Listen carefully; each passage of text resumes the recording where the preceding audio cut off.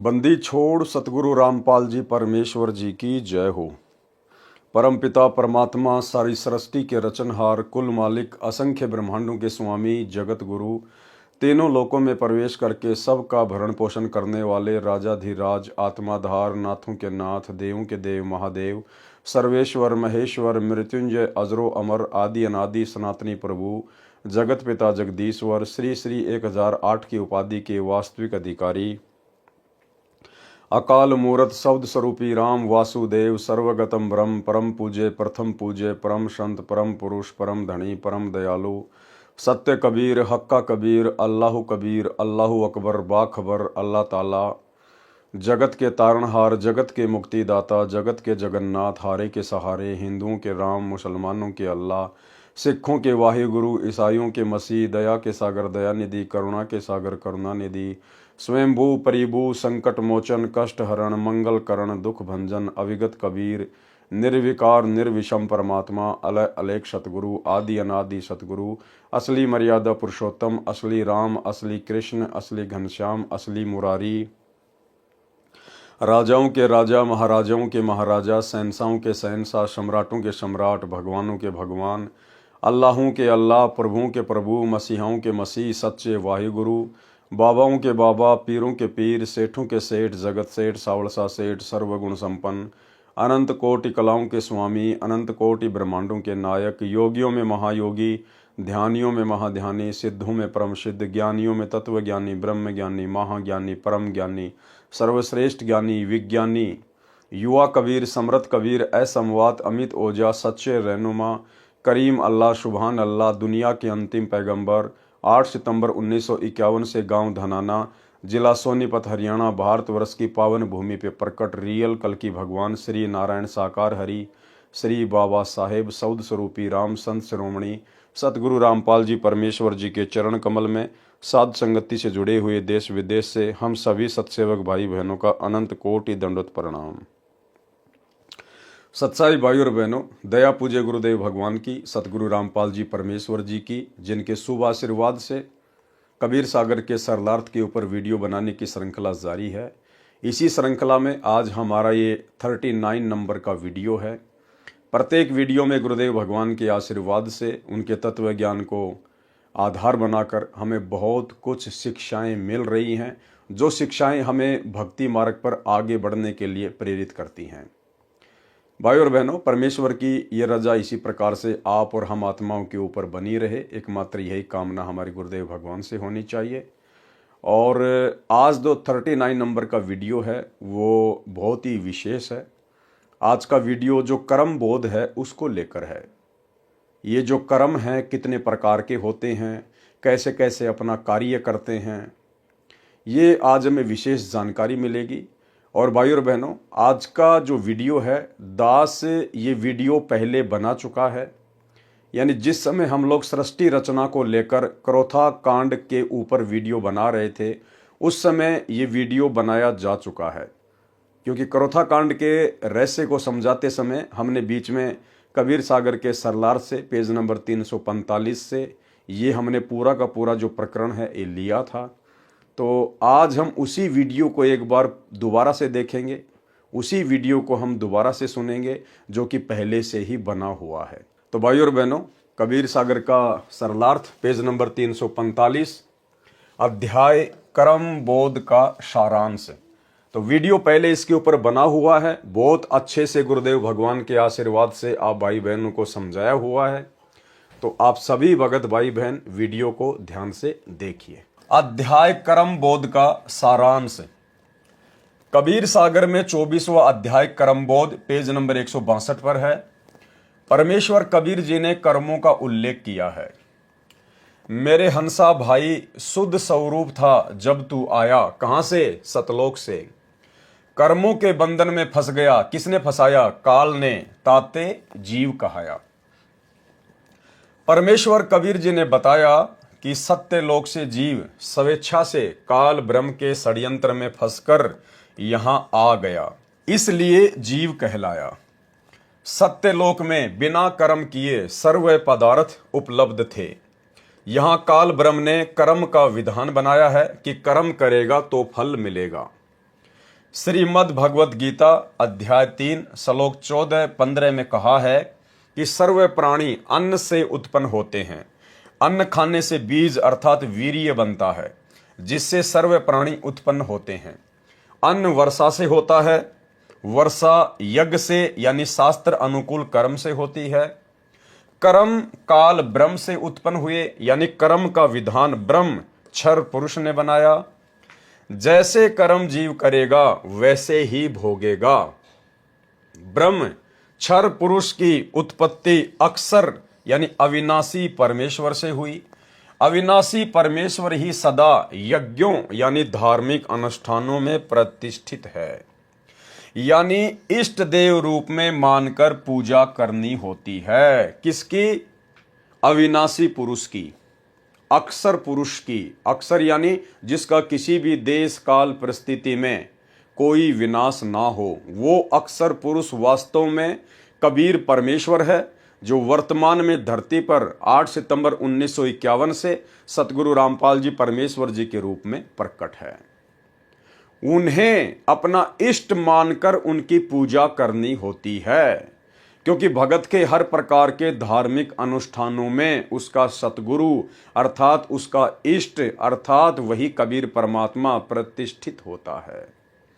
और भाई बहनों, यही कारण है कि आप और हम सभी साध संगति से जुड़े हुए सत्सेवक भाई बहनों ने गीता जी अध्याय 3 श्लोक नंबर 13 को आधार बनाकर और अपने ही गुरुदेव भगवान को, जो कि पूर्ण ब्रह्म परमात्मा है, पूर्ण संत हैं, हमने उन्हीं को अपना इष्ट मानकर, क्योंकि इस कबीर परमेश्वर की यथार्थ भक्ति में कबीर परमेश्वर स्वयं ही सतगुरु रूप में धरती पर प्रकट होकर अपना तत्व ज्ञान प्रचार करते हैं। तो सतगुरु की भूमिका जो करता है वो स्वयं कबीर परमेश्वर होता है। भगत का इष्ट उसका गुरु ही होता है। एक छोटा सा सत्संग गुरुदेव भगवान का आपके विश्वास को दृढ़ करने के लिए, ताकि आपकी बची खुची आस्था जो उस दाढ़ी मूछ वाली कबीर दास जी की समझे जाने वाली काल्पनिक फोटो में फंसी हुई है वो भी निकल जाए। गुरुदेव भगवान ने कहा कि चरणा अमृत लेने से 84 लाख प्रकार की योनियों का दुख और पीड़ा समाप्त होती है। लेकिन वो चरणामृत काम कैसे करता है? चरणामृत काम करेगा अपने गुरु को ही इष्ट मानकर उसको रोजाना सेवन करने से, चरणा अमृत का पान करने से।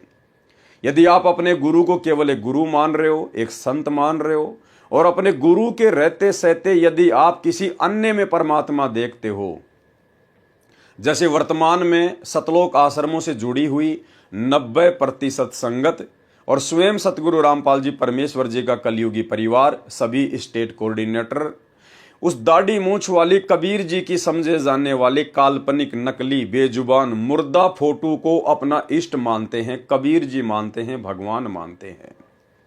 जिस कारण से उन भाई बहनों की बुद्धि परमेश्वर नहीं खोल रहा है, वो अध्यात्म के गूढ़ रहस्यों को नहीं समझ पा रहे हैं और सांप वाली लकीर ही देखा देखी में पीट रहे हैं। तो गुरुदेव भगवान ने बताया कि चरणामृत अवश्य लेना चाहिए, लेकिन अपने गुरु को परमात्मा मानकर, अपने गुरु को भगवान मानकर, अपने गुरु को ही अपना इष्ट मानकर। भाई और बहनों, उस वीडियो में ध्यान देना जहां गुरुजी इष्ट शब्द का जिक्र करेंगे, दास उसको 2 या 3 बार से रिप्ले करेगा ताकि आपको अच्छे से समझ में आ जाए। अर्थात अपने गुरु को ही इष्ट मानकर, इष्ट यानी कबीर जी मानकर, परमेश्वर मानकर भक्ति मार्ग पर सफल हुआ जा सकता है, अन्यथा दूसरा कोई ऑप्शन नहीं है। सुनिए। कबीर गुरु को मानुष जोगने और चरणामृत को पाने, ते नर नरक जावेंगे हे जन्म जन्म होए समान। जो क्या बताते हैं, गुरु को मानुष मानते हैं और चरणामृत भी देखा, चरणामृत भी गुरु जी के चरणों का जल उसको भी पी रहे हैं और ऊपर से एक मनुष्य मान रहे हैं। कहते उससे भी, वो भी फिर 84 लाख योनियों का अधिकारी है, उसकी भक्ति चले नहीं। गुरु को मानुष जोगने और चरणामृत को पान, ते नर नरक में जावेंगे फिर जन्म जन्म होए समान। चरणामृत ले लेकिन भगवान समझ के ले, चरणामृत ले लेकिन भगवान समझ के ले, चरणामृत ले लेकिन भगवान समझ के ले। मान लो मूलधन 100 रुपये। पुण्यात्माओं, एजुकेशन का अब आपको लाभ होगा। तो यहां कबीर सागर के सरलार्थ में भी पेज नंबर 345 पर सतगुरु रामपाल जी परमेश्वर जी ने हम भक्तों की आंखें खोलने के लिए और उस दाढ़ी मूछ वाली कबीर जी की समझे जाने वाली काल्पनिक फोटो से हमारी आस्था हटाने के लिए लिखा है, यानी इष्ट देव रूप में मानकर पूजा करनी होती है। तो हम भक्तों ने, जो हम यथार्थ 13वें कबीर पंथ से जुड़े हुए हैं, सतगुरु रामपाल जी परमेश्वर जी के जितने भी फॉलोअर हैं, हमारा इष्ट और हमारा गुरु एक ही है।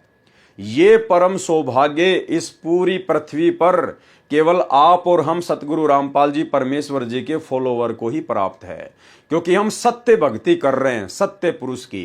और सत्य पुरुष की सत्य भक्ति में वो सत्य पुरुष स्वयं ही सतगुरु बनकर धरती पर प्रकट होते हैं, इसलिए उनके अलावा अन्य कोई भी इष्ट नहीं होता है।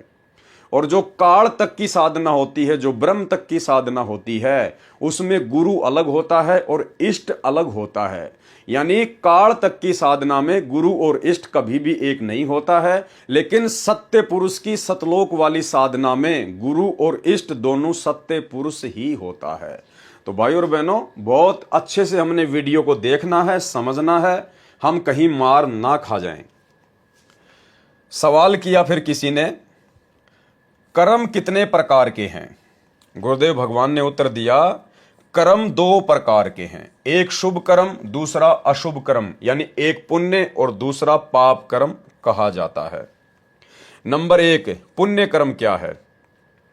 पुण्य कर्म शास्त्र विधि अनुसार भक्ति कर्म, दान, परमार्थ, भूखों को भोजन देना, असहाय की हर संभव सहायता करना, दया भाव रखना, अपने से दुर्लभ से भी मित्र जैसा व्यवहार करना।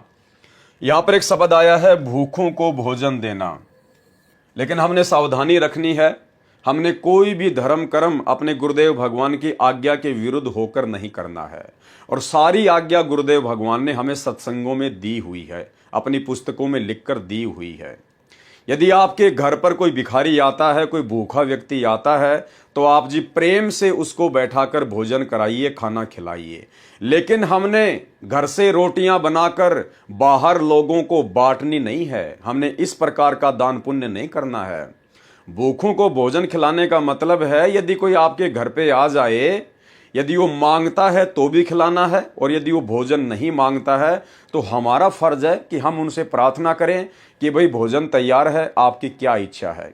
अगर वो खाना चाहें तो प्रेम से खिलाइए, नहीं खाना चाहता है तो उसकी मर्जी। लेकिन हमने अपनी तरफ से दान पुण्य के चक्कर में पड़कर घर से खाना बनाकर बाहर किसी को भी खिलाने के लिए नहीं जाना है। हाँ, ये बात और है, यदि आपके घर में किसी दिन खाना ज़्यादा बन गया है तो आप जी बाहर जाकर किसी गाय या कुत्ते को या किसी जरूरतमंद व्यक्ति को भोजन दे सकते हैं, लेकिन उसके बदले में किसी भी प्रकार के पुण्य की उम्मीद ना करें।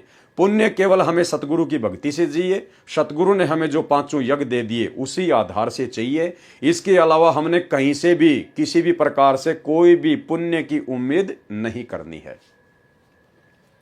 तो पुण्य कर्म बताए गुरुदेव ने, शास्त्र विधि अनुसार भक्ति कर्म, दान करना, परमार्थ के कार्य करना, भूखों को भोजन देना, असहाय की हर संभव सहायता करना, दया भाव रखना, अपने से दुर्लभ से भी मित्र जैसा व्यवहार करना। लेकिन ये तमाम कर्म करने से पहले हमने ध्यान रखना चाहिए कि हमारी मर्यादाओं पर किसी भी प्रकार की कोई भी आंच ना आ जाए। भगत के अंदर दया भाव होना चाहिए। गुरुदेव भगवान ने बताया कि दया बिना दरवेश कसाई, लेकिन साथ में परमात्मा हमें शिक्षा भी देते हैं कि वो दया आपने बिल्कुल भी नहीं दिखानी है भावुकता में आकर या जोश में आकर, जो दया भाव आपकी मर्यादाओं को तोड़ने का कारण बने। गुरुदेव ने राजा जनक का उदाहरण दिया कि राजा जनक ने भावुकताओं में बहकर दया भाव से अपने आधे पुण्य संकल्प कर दिए, जिस समय धर्मराज के दूत उसको ऊपर लेके जा रहे थे। तो हमने इस प्रकार से अपनी भक्ति को नष्ट नहीं करना चाहिए। जिसका जैसा कर्म है उसको भोगना है तो भाई वो भोगे, लेकिन हमने अपनी भक्ति बर्बाद नहीं करनी है। यानी दया भाव भी ज्ञान को आधार बनाकर ही दिखानी है। व्यर्थ की दया भगत के लिए काल का षड्यंत्र बन जाती है। पर नारी को माता तथा बहन के भाव से देखना चाहिए, सत्य बोलना चाहिए, अहिंसा में विश्वास रखना चाहिए, साधु संतों भक्तों की सेवा व सम्मान करना चाहिए। और भाई और बहनों, ये जो भाव है ये केवल आप और हम साथ संगति से जुड़े हुए भगत भाई बहनों में है। ये साधु संतों की भक्तों की सेवा करना, उनका सम्मान करना, ये सतलोक आश्रम मैनेजमेंट हरियाणा में नहीं है। गुरुदेव के कलयुगी बेटा बेटी भाई बंधु रिश्तेदारों में, उन कोऑर्डिनेटरों में ये भाव नहीं है, ये गुण नहीं है। वे तो अपने ही गुरु भाई बहनों को लठों से मारते हैं, पीटते हैं, झूठे मुकदमे लगाते हैं, उन्हें परेशान करते हैं, दुखी करते हैं, गुरु महिमा करने से रोकते हैं। तो ये सेवा भी परमात्मा ने आप और हमारे को बख्शी है। माता पिता तथा बूढ़ों की सेवा करना आदि आदि शुभ यानी पुण्य कर्म है। दूसरे नंबर पर है पाप कर्म। पाप कर्म शास्त्र विधि त्याग कर मनमाना आचरण करके भक्ति कर्म करना, यह सबसे बड़ा पाप कर्म बताया गुरुदेव ने। यानी जो आन उपासना है, शास्त्र विधि को त्याग के मनमाना आचरण करना, यह सबसे बड़ा पाप कर्म है। और भाई और बहनों, शास्त्र विधि को त्याग कर मनमाना आचरण करने का ठेका, जिम्मेदारी वर्तमान में गुरुदेव के परिवार ने ले रखी है, उनके बेटा बेटी भाई बंधु रिश्तेदारों ने ले रखी है, और इन स्टेट कोऑर्डिनेटरों ने ले रखी है, और व्यर्थ में बेचारी नादान संगत के कर्म फुड़वा रहे हैं। आपको पता होगा, जिस समय श्री राम मंदिर का निर्माण कार्य चल रहा था और उसके बाद में जैसे निर्माण कार्य पूरा हुआ और नरेंद्र मोदी जी के द्वारा उसका उद्घाटन किया गया, उसके बाद भाई और बहनों, सतलोक आश्रम मैनेजमेंट हरियाणा ने, गुरुदेव के कलयुगी परिवार ने श्री राम मंदिर के निमित्त उन आन उपासकों के लिए अयोध्या में 1 महीने के भंडारे का प्रबंध किया, जो कि शास्त्र विधि को त्याग कर मनमाना आचरण था। मनमाना आचरण है, आगे आपको समझाएंगे अच्छे से इन्होंने कैसे कैसे मनमाने आचरण किए हैं। जो सभी मनमाने आचरण इनके स्वतंत्र कर्मों के तहत थे। और ये स्वतंत्र कर्म क्या हैं, अब सतगुरुदेव भगवान हमें अपने कर कमलों से लिखी हुई इस पुस्तक के माध्यम से समझने की दया बख्शेंगे। पाप कर्म शास्त्र विधि त्याग कर मनमाना आचरण करके भक्ति कर्म करना, चोरी करना, पर स्त्री से बलात्कार, पर स्त्री को दोष दृष्टि से देखना, मांस मदिरा का सेवन, नशीली वस्तुओं का सेवन, रिश्वत लेना, डाके मारना, हिंसा करना आदि आदि अशुभ कर्म यानी पाप कर्म है। फिर प्रश्न किया गया, कर्म बंधन कैसे बनता है, यानी जीव कर्मों के बंधन में कैसे बंधता है। उत्तर दिया गुरुदेव भगवान ने, काल ब्रह्म ने जीव के कर्मों को 3 प्रकार से बांट रखा है। सबसे पहला कर्म है संचित कर्म, दूसरे नंबर का कर्म है प्रारब्ध कर्म, और तीसरे नंबर का कर्म है क्रियावान कर्म यानी स्वतंत्र कर्म। क्रियावान कर्म को स्वतंत्र कर्म भी कहते हैं। ये 3 प्रकार के कर्म है जिनके माध्यम से ये ब्रह्म, ये क्षर पुरुष, ये काल जीव आत्माओं को बांध के रखता है। भाई और बहनों, बहुत ही ज्यादा इंपॉर्टेंट वीडियो है। गुरुदेव भगवान किसी भी प्रकार की कोई भी कमी अपनी तरफ से नहीं रखेंगे, और परमेश्वर की दया है कि परमेश्वर ने साध संगति से आप और हम भगत भाई बहनों को निमित्त बनाकर इस प्रकार के खुलासे करवा रहे हैं। ये खुलासे हमारे भक्ति मार्ग में हमारे लिए बहुत ही ज्यादा सहायक हैं। हमारी मर्यादा टूटने से बचेगी, हमारे अंदर डर पैदा होगा, भय पैदा होगा, ताकि हम मर्यादा ना तोड़ें, क्योंकि भय बिना भक्ति नहीं होती। तो 3 प्रकार के कर्मों के माध्यम से यह काल जीव को बांध के रखता है। सबसे पहला है संचित कर्म, प्रारब्ध कर्म और क्रियावान कर्म अर्थात स्वतंत्र कर्म। संचित कर्म क्या है? संचित कर्म, संचित कर्म वे पाप तथा पुण्य कर्म हैं जो जीव के जन्म जन्मांतरों में किए थे, उनका भोग प्राप्त नहीं हुआ है, वे जमा है। यानी संचित कर्म वो कर्म है जब से हम सतलोक से अपने बाप के साथ में धोखा करके इस काल के साथ यहां आए हैं, और हमने जितने भी मनुष्य जन्म प्राप्त किए हैं, स्त्री या पुरुष के असंख्य हैं, और हर बार हम धर्मराज के दरबार में जाते हैं, वहां पे हमारे पाप और पुण्य का लेखा जोखा होता है, अकाउंट होता है। तो धर्मराज क्या करता है, कुछ पाप और पुण्य मिलाकर तो हमारा नेक्स्ट जीवन निर्धारित कर देता है, और बाकी जो हमारे पाप और पुण्य कर्म जो बच जाते हैं वो उन्हें अपने पास में रख लेता है। उनको कहते हैं संचित कर्म। संचित यानी धर्मराज के पास में जो हमारे असंख्य जन्म जन्मांतरों के शुभ कर्म और अशुभ कर्म, पाप कर्म और पुण्य कर्म जो एक्स्ट्रा जमा हैं, उनको कहते हैं संचित कर्म। और जब जीव इस भक्ति से जुड़ता है, परमात्मा से जुड़ता है, तो ये काल उन्हीं संचित कर्मों का दबाव डालकर जीव को भ्रमित करने का प्रयास करता है। संचित कर्म, क्योंकि जैसे नाम ही है संचित, संचित यानी जमा करना, तो काल के पास में हमारे जितने भी पहले के जन्म जन्मांतरों के कर्म जो संचित हैं, जमा हैं, उनको कहते हैं संचित कर्म। संचित कर्म वे पाप तथा पुण्य कर्म है जो जीव के जन्म जन्मांतरों में किए थे, उनका भोग प्राप्त नहीं हुआ, वे जमा है फिलहाल। दूसरा है प्रारब्ध कर्म। क्या है प्रारब्ध कर्म? यानी भाग्य कर्म। प्रारब्ध कर्म वे कर्म हैं जो जीव को जीवन काल में भोगने होते हैं। यानी धर्मराज जब जीव को दूसरा जन्म देता है तो उस समय उसके भाग्य में जो लिख देता है कि तू इतने शुभ कर्म भोगेगा, इतने तू पाप भोगेगा, उनको कहते हैं प्रारब्ध कर्म। जो भाग्य में लिख दिए गए हैं वो जीव को भोगने ही भोगने होते हैं उस समय तक, जब तक कि वो सच्चे सतगुरु कबीर जी की शरण में नहीं आ जाता है। प्रारब्ध कर्म यानी भाग्य में लिखे हुए कर्म।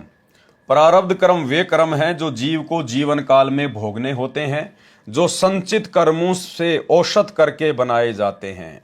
जो धर्मराज के पास में हमारे संचित कर्म होते हैं, उनसे निकाल के उनका एक रेशियो बना के फिर ये धर्मराज हमारा प्रारब्ध कर्म बना देता है कि तेरा अगला जन्म ये होगा और तू इतना सुखी होगा, इतना दुखी होगा, उसको कहते हैं प्रारब्ध कर्म। उदाहरण के लिए यदि पाप कर्म 1000 हैं और पुण्य कर्म 500 हैं तो दोनों से औसत में लिए जाते हैं। प्रारब्ध कर्म यानी जीव का भाग संचित कर्मों से एवरेज में लेकर बनाया जाता है। यदि 20-20% लेकर प्रारब्ध बना तो पाप कर्म 50 और पुण्य कर्म 25 बने। इस प्रकार प्रारब्ध कर्म यानी जीव का भाग्य बनता है। इनको प्रारब्ध कर्म कहते हैं। नंबर 3 है क्रियावान कर्म। ये भाइयों और बहनों सबसे ज्यादा इंपॉर्टेंट है, सबसे ज्यादा इंपॉर्टेंट, क्योंकि ये जो क्रियावान जो कर्म हैं, जिनको स्वतंत्र कर्म भी कहते हैं, ये 84 लाख योनियों में केवल इस मनुष्य को ही प्राप्त होते हैं। यानी 25% छूट ये काल, ये ब्रह्म जब हमारे को मनुष्य जन्म मिलता है तो ये हमारे को कुछ भी कर्म करने के लिए छूट देता है। 25% यानी 75% तो ये हमारे संचित कर्मों से लेकर पाप और पुण्य बनाकर हमारा भाग्य लिख देता है, प्रारब्ध लिख देता है। जो 75% तो हमारे को भोगने पड़ते हैं। किसी के प्रारब्ध में ज्यादा सुख लिख देता है उसके कर्मों के आधार से, तो किसी के प्रारब्ध में ज्यादा दुख लिख देता है। तो वो 75% प्रारब्ध कर्म जो हमारे संचित कर्मों से रेशियो निकाल कर बनाए जाते हैं धर्मराज के द्वारा, जब हमें दूसरा मनुष्य जन्म दिया जाता है तो वो तो भाई और बहनों हमारे को भोगने पड़ते हैं, उसमें तो कोई दो राय नहीं है। साथ में इस मनुष्य योनि को ये धर्मराज 25% क्रियावान कर्म की छूट देता है। 25% इसको स्वतंत्र कर्मों की छूट देता है कि 25% मैं तेरे को कर्म करने की छूट दे रहा हूं। तू चाहे तो अच्छे कर्म करके अपने भाग्य को बदल सकता है, शुभ कर्म भी कर सकता है, और चाहे तो तू अशुभ कर्म करके पाप कर्मों को बढ़ा भी सकता है। क्रियावान कर्म, अपने जीवन काल में जो कर्म प्राणी करता है वे क्रियावान कर्म कहे जाते हैं। ये 75% तो प्रारब्ध कर्म होते हैं, यानी जो संस्कार यानी भाग्य में लिखे हैं वे किए जाते हैं, और 25% कर्म करने में जीव स्वतंत्र है। 25% कर्म करने के लिए इस मनुष्य शरीर प्राप्त प्राणी को इस धर्मराज ने स्वतंत्र किया हुआ है। 75% कर्म करने में जीव बाध्य है, यानी जो हमारे भाग्य में लिख दिया गया है पाप और पुण्य का रेशियो निकालकर, वो तो जीव भोगने के लिए बाध्य है। कब तक? जब तक उसको सतगुरु नहीं मिलता है। और 25% जो कर्म हैं वो स्वतंत्र हैं, हम चाहे तो अच्छे भी कर सकते हैं बुरे भी कर सकते हैं। 75% कर्म करने में जीव बाध्य है, मजबूर है, क्योंकि वे प्रारब्ध में लिखे होते हैं, परतंत्र हैं। परंतु पूर्ण संत मिलने पर परिस्थिति बदल जाती है। लेकिन जब पूर्ण संत मिल जाता है, वो कबीर परमात्मा मिल जाता है सतगुरु रूप में, तो उस परमेश्वर के हाथ में सारी लेखनी, सारी बही, सारे अकाउंट हैं। फिर सतगुरु जैसा चाहेगा वैसा अपने साधक के भाग्य में लिखेगा। फिर वो काल वाला जो विधान होता है वो पूर्ण परमेश्वर के भगत के साथ लागू नहीं होता है। यानी फिर उस भगत का अकाउंट ये सतगुरु अपने हाथ में ले लेता है, काल के हाथ में नहीं छोड़ता है। प्रश्न कहते हैं कि जीव कर्म करने में स्वतंत्र है, तो गुरुदेव ने उत्तर दिया, जीव 25% कर्म तो स्वतंत्र रूप से करता है। अपने जीवन काल में 75% कर्म तो प्रारब्ध वाले करने में परतंत्र है, अधीन है, विवश है। केवल 25% कर्म करने में स्वतंत्र है। परंतु पूर्ण संत मिलने के पश्चात परिस्थितियां बदल जाती हैं। प्रारब्ध में सुसंगत तथा कुसंगत भी लिखी होती है। प्रारब्ध में, भाग्य में सुसंगत और कुसंगत भी लिखी होती है। उदाहरण, जैसे राजा दशरथ जी ने यज्ञ किया था सुयोग्य पुत्र प्राप्ति के लिए, यह क्रियावान स्वतंत्र कर्म था।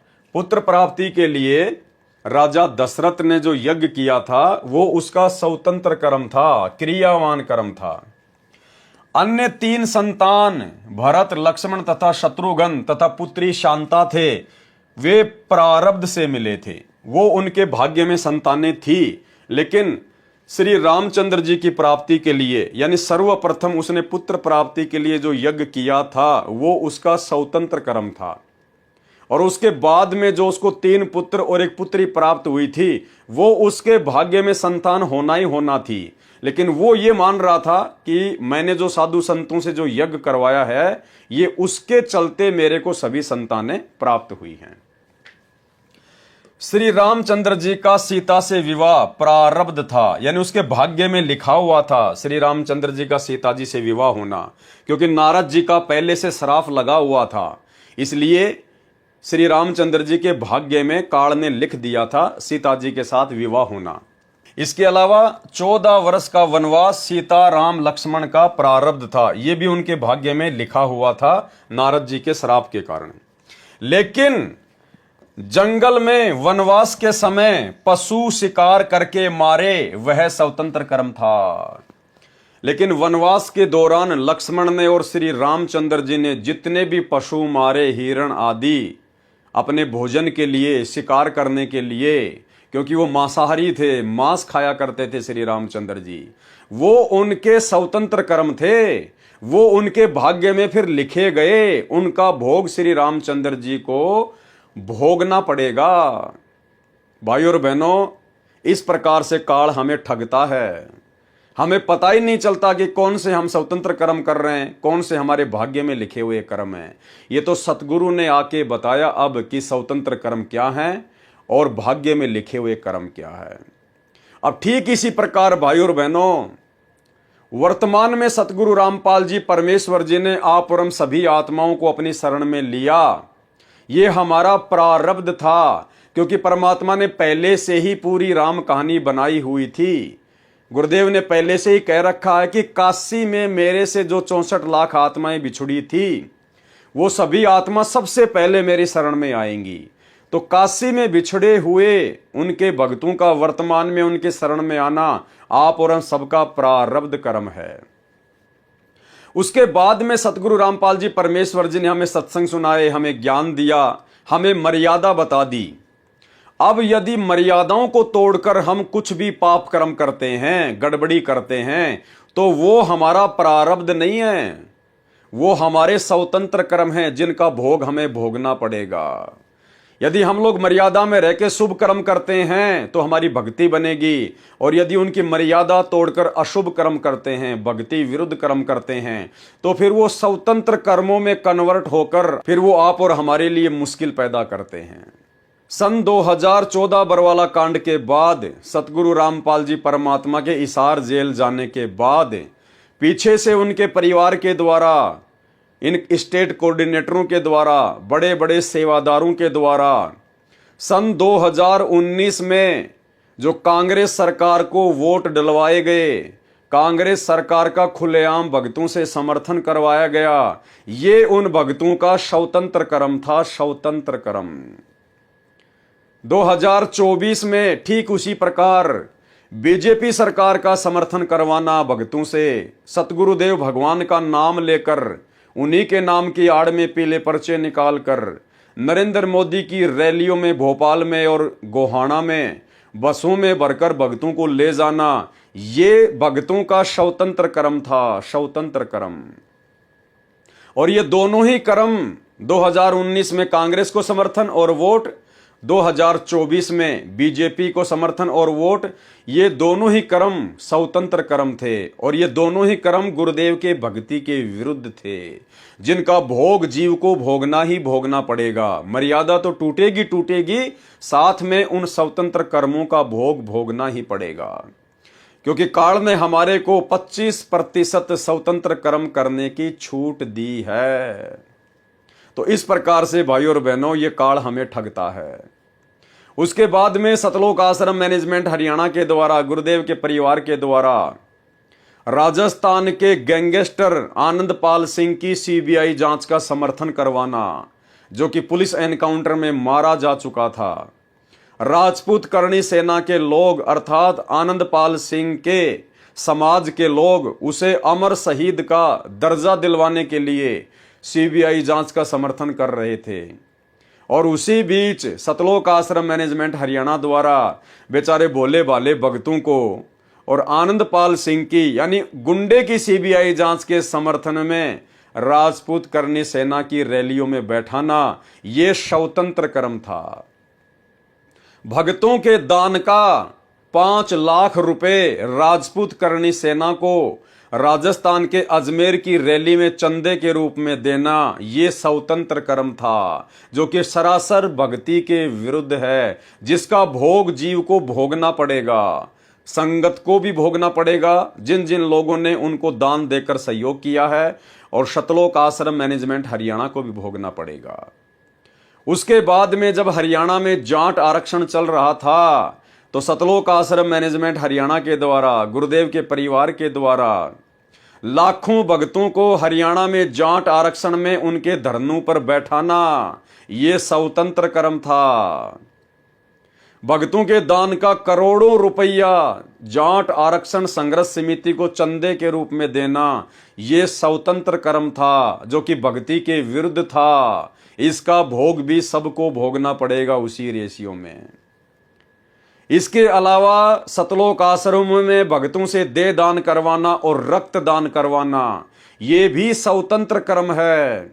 आगे चलकर जब उन भक्तों का खून व्यापार का रूप लेगा, क्योंकि आपने तो मुफ्त में दे दिया, और जब आपको ही कल को आवश्यकता पड़ गई या किसी और को आवश्यकता पड़ेगी, और जब उसको खून चाहिए, तो आपके द्वारा फ्री में दिया गया खून 5 से 10 हजार रुपए यूनिट में बिकेगा, 5 से 10 हजार रुपए यूनिट में। तो यह भी भक्तों का स्वतंत्र कर्म है, इसका भोग भी भोगना पड़ेगा।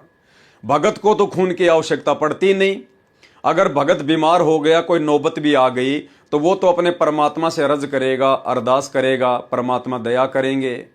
और यदि मान लीजिए आपके किसी रिश्तेदार को जरूरत पड़ गई, आपके किसी सगे संबंधी को जरूरत पड़ गई, तो आप जी डायरेक्ट हॉस्पिटल में जाकर उसको खून दान कर सकते हैं। लेकिन इस प्रकार से कैंप लगाकर, आश्रमों में सरकारी गाड़ियां मंगवाकर इस प्रकार से ब्लड डोनेशन करना, ये भक्ति मर्यादाओं के विरुद्ध है, खिलाफ है। क्योंकि आगे चलकर फिर ये धंधा बन जाता है, व्यापार का रूप लेता है आपका खून। तो ये भगत का स्वतंत्र कर्म, इसका भोग भी भोगना पड़ेगा, ये भक्ति मर्यादाओं के विरुद्ध खिलाफ है। वर्तमान में गुरुदेव भगवान के हिसार जेल में रहते सहते, गुरुदेव भगवान के नाम की आड़ में उनके कलयुगी परिवार ने अपने धार्मिक धंधे के लिए जितने भी सतलोक आश्रम देश विदेश में खोल रखे हैं, ये भी उनका स्वतंत्र कर्म है, स्वतंत्र कर्म। और जितनी भी नादान संगत देखा देखी में इन आश्रमों में जाती है, ये भी संगत का स्वतंत्र कर्म है। क्योंकि संगत उन आश्रमों में सत्संग सुनने नहीं जाती है, क्योंकि सत्संग तो सबके घर पर उपलब्ध है, सबके मोबाइल में हैं, यूट्यूब पर हैं, टीवी चैनल पर आ रहे हैं। तो संगत का उन आश्रमों में जाना सत्संगों के बहाने, ये उनका स्वतंत्र कर्म है। फिर रास्ते में कोई 2 मरते हैं, कभी 10 मरते हैं, कभी 13 एक साथ एक्सीडेंट में मरते हैं। क्यों? क्योंकि ये उनका स्वतंत्र कर्म था। और जब कोई भी साधक भक्ति विरुद्ध स्वतंत्र कर्म करता है तो सतगुरु का काल भगवान के साथ एग्रीमेंट है, सतगुरु वहां भगत की किसी भी प्रकार की कोई सहायता नहीं करता है। हां, यदि वो भगत उल्टे स्वतंत्र कर्म करके भी बच जाता है, हमें लगता है कि इसका तो कुछ नहीं बिगड़ रहा, भाई और बहनों, वहां उसकी रक्षा उसके पिछले प्रारब्ध के जो संचित जो शुभ कर्म हैं उसके आधार से वर्तमान में उसकी रक्षा हो रही है। वर्तमान में जो वो भक्ति कर रहा है वो तो मर्यादा टूटने के चलते, स्वतंत्र कर्म भक्ति विरुद्ध करने के चलते उसका नाम कट चुका है ऑटोमेटिक। सतगुरु से उसको किसी प्रकार का कोई लाभ नहीं मिल रहा, भक्ति का उसे कोई लाभ नहीं मिल रहा। और यदि उल्टे कर्म करते करते भी यदि वो जीवित है, मौज मस्ती कर रहा है, उसके जीवन में कोई दुख और संकट नहीं है, तो ये उसके पिछले प्रारब्ध के कर्म, यानी उसकी बैटरी फिलहाल चल रही है। लेकिन बैटरी कब तक चलेगी? हो सकता है इस जीवन में भी चल जाए, अगले जीवन में भी चल जाए, क्योंकि भक्ति बड़ी जबरदस्त है। लेकिन सतलोक तो नहीं जा पाया मर्यादा तोड़ के, स्वतंत्र कर्मों का दुरुपयोग करके, फिर किसी न किसी जन्म में उसको दुख उठाना पड़ेगा। और हो सकता है इस जन्म में भी स्वतंत्र कर्म का भोग उसे भोगना पड़ जाए, जिस प्रकार से स्वतंत्र कर्म का भोग आगे चलकर राजा दशरथ ने भोगा, अभी आपको दिखाएंगे।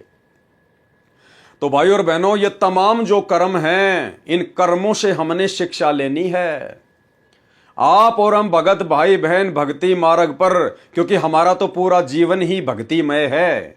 सच्चे सतगुरु से सच्ची साधना मिल जाने के बाद और ये तत्व ज्ञान हो जाने के बाद में भगत के कोई अलग अलग जीवन नहीं होते, जैसे सामाजिक जीवन, आध्यात्मिक जीवन, व्यावसायिक जीवन। भगत का पूरा ही जीवन भक्तिमय हो जाता है, आध्यात्मिक हो जाता है। भगत हर प्रकार से सावधान होता है, हर प्रकार से गलतियां करने से बचता है।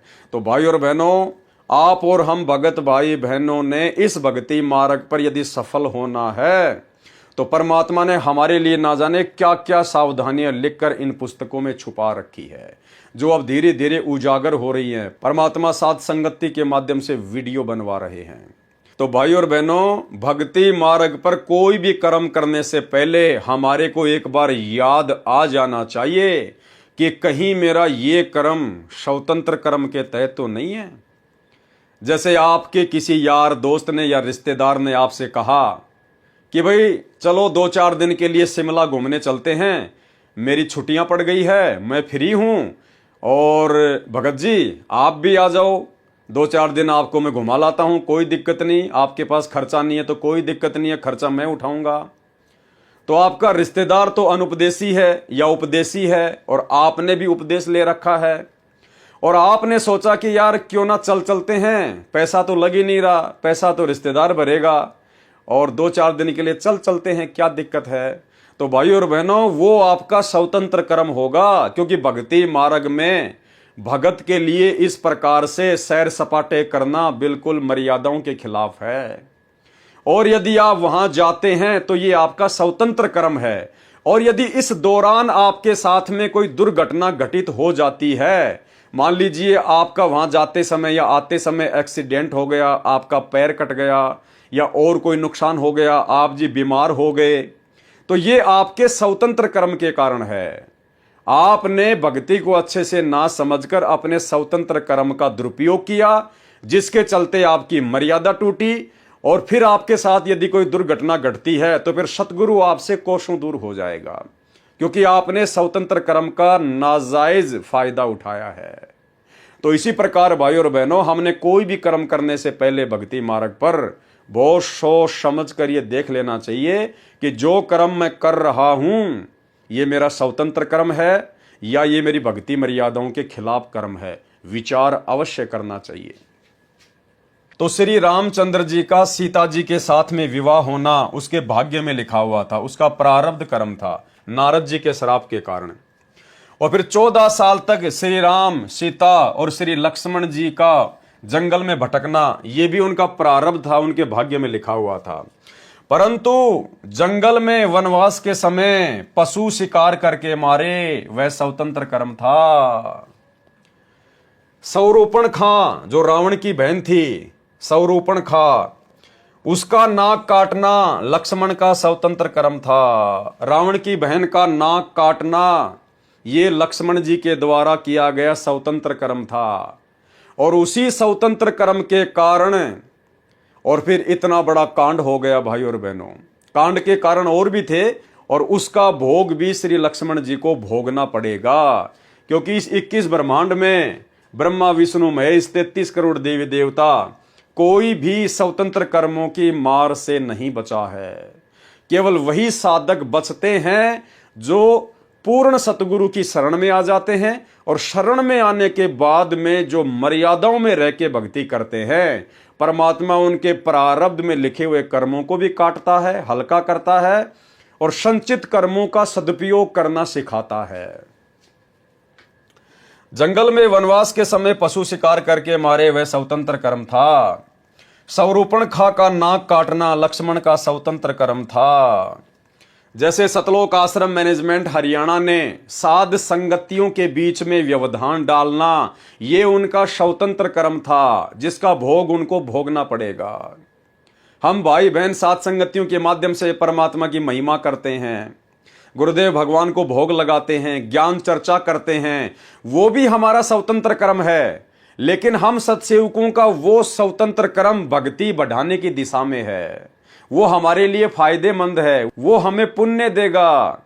लेकिन उन साध संगतियों में आकर व्यवधान उत्पन्न करना, साध संगति वाले भाई बहनों के साथ में मार पिटाई करना, बीच में पुलिस वालों को लाकर उनको शराब पिलाकर उनको पैसे देकर भाई बहनों को पिटवाना, जैसे कि दिल्ली की साध संगति में सतलोक आश्रम मैनेजमेंट हरियाणा ने पुलिस वालों को शराब पिलाकर भगत भाई बहनों को जमकर पिटवाया, भगत भाई बहनों के ऊपर झूठे मुकदमे करना, ये सतलोक आश्रम मैनेजमेंट हरियाणा के उन कोऑर्डिनेटरों के जिन जिन लोगों ने ये दुष्कर्म किए हैं, ये उनके स्वतंत्र कर्म हैं, जो कि भक्ति विरुद्ध हैं। ये भोग उनको भोगना पड़ेगा।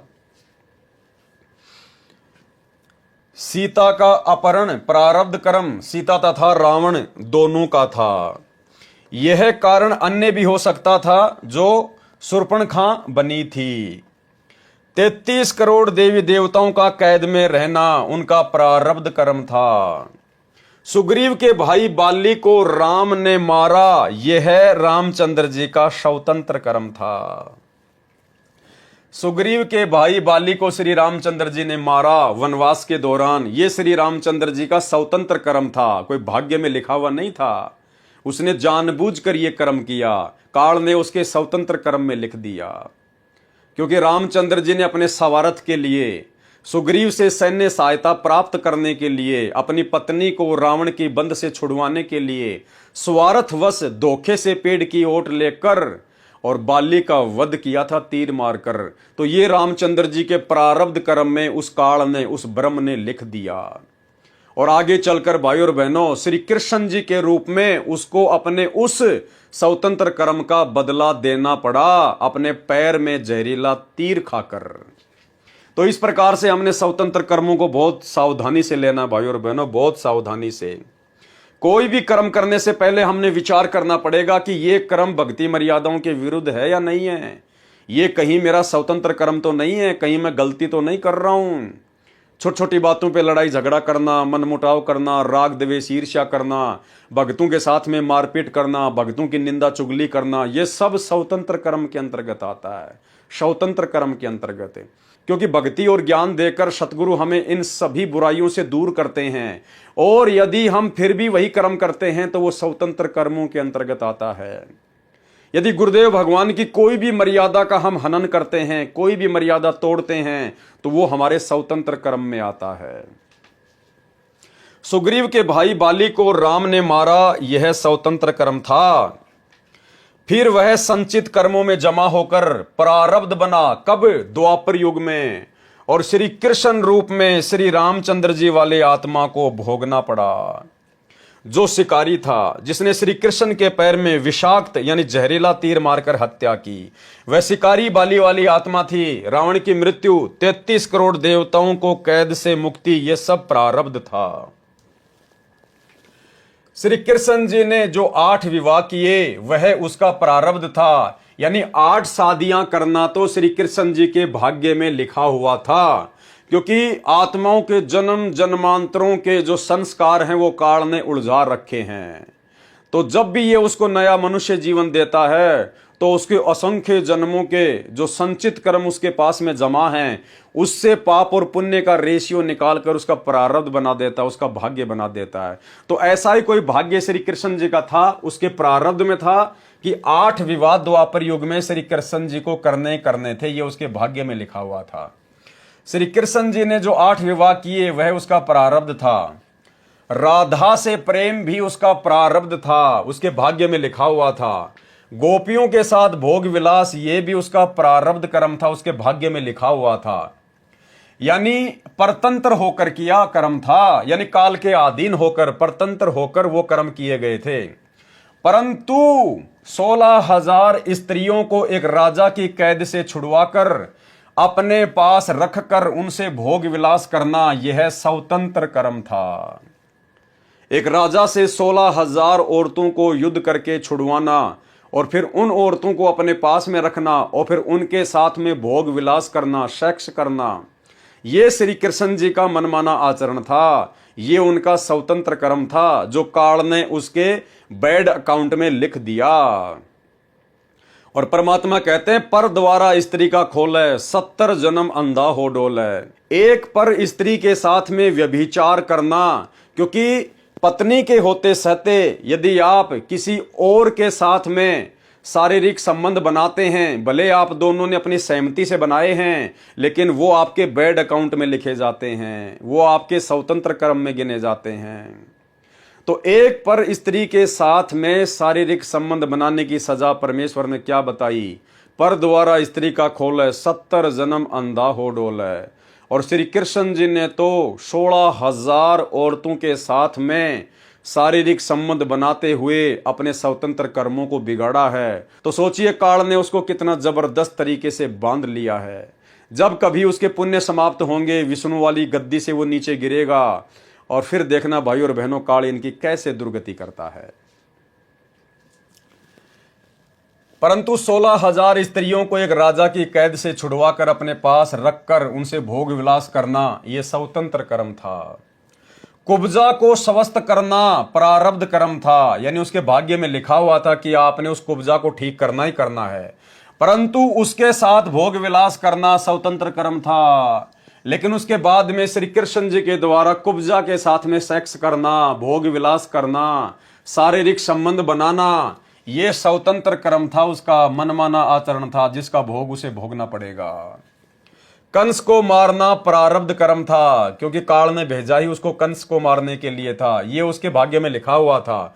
परंतु केसी, चानोर, पूतना का वध यह स्वतंत्र कर्म था, यह उसको भोगना पड़ेगा, क्योंकि वे कंस के द्वारा प्रलोभन या दबाव से भेजे गए थे। इस प्रकार कर्मों का लेखा जाने। और गुरुदेव कह रहे हैं, कम लिखे को अधिक समझें।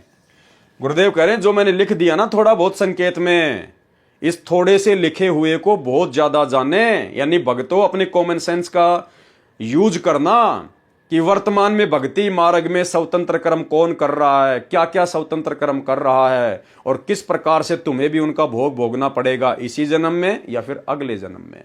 तो भाई और बहनों, कल हमारा जो क्रोथा कांड के ऊपर लास्ट वीडियो है, उस वीडियो को देखने से पहले और समझने से पहले, यानी जो मनमानियां सेवादारों ने क्रोथा आश्रम में की, उन सब को समझने से पहले आप और हमने ये स्वतंत्र कर्म को समझना बेहद जरूरी है।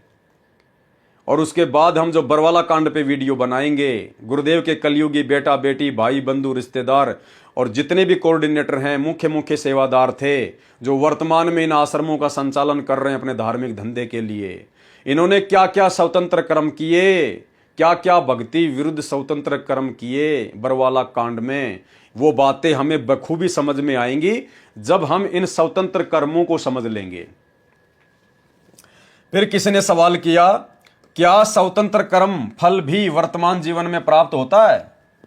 क्या वर्तमान में जो स्वतंत्र कर्म किए जाते हैं, क्या उनका भोग इसी जन्म में भी भोगना पड़ता है या फिर किसी और जन्म में भोगना पड़ता है? उत्तर दिया गुरुदेव भगवान ने, कुछ कर्मों का फल वर्तमान जीवन में भी प्राप्त होता है, परंतु यह विशेष परिस्थिति में भोगना पड़ता है। उदाहरण क्या दिया मालिक ने? राजा दशरथ रात्रि के समय एक सरोवर पर रखवाली कर रहे थे। उस सरोवर का ऋषि लोग पानी पीते थे, उसे जंगली जानवर खराब कर देते थे। ये सेवा स्वयं राजा ने ली थी, क्योंकि राजा दशरथ मान रहे थे कि ऋषियों के आशीर्वाद से उनको श्री रामचंद्र, लक्ष्मण, भरत, शत्रुघ्न पुत्र प्राप्त हुए थे। वैसे श्री राम का जन्म उनके यज्ञ की देन नहीं थी, ये प्रारब्ध में था। यज्ञ ऋषियों के द्वारा किया गया था, जिस कारण से वे महिमा के पात्र बने थे। एक श्रवण नामक ज्येष्ठ पुत्र अपने अंधे माता पिता को बहंगी, यानी एक बांस के दोनों सिरों पर पालने बांधकर बहंगी बनाई जाती थी, उसमें बैठाकर तीर्थ स्नान के लिए निकला था।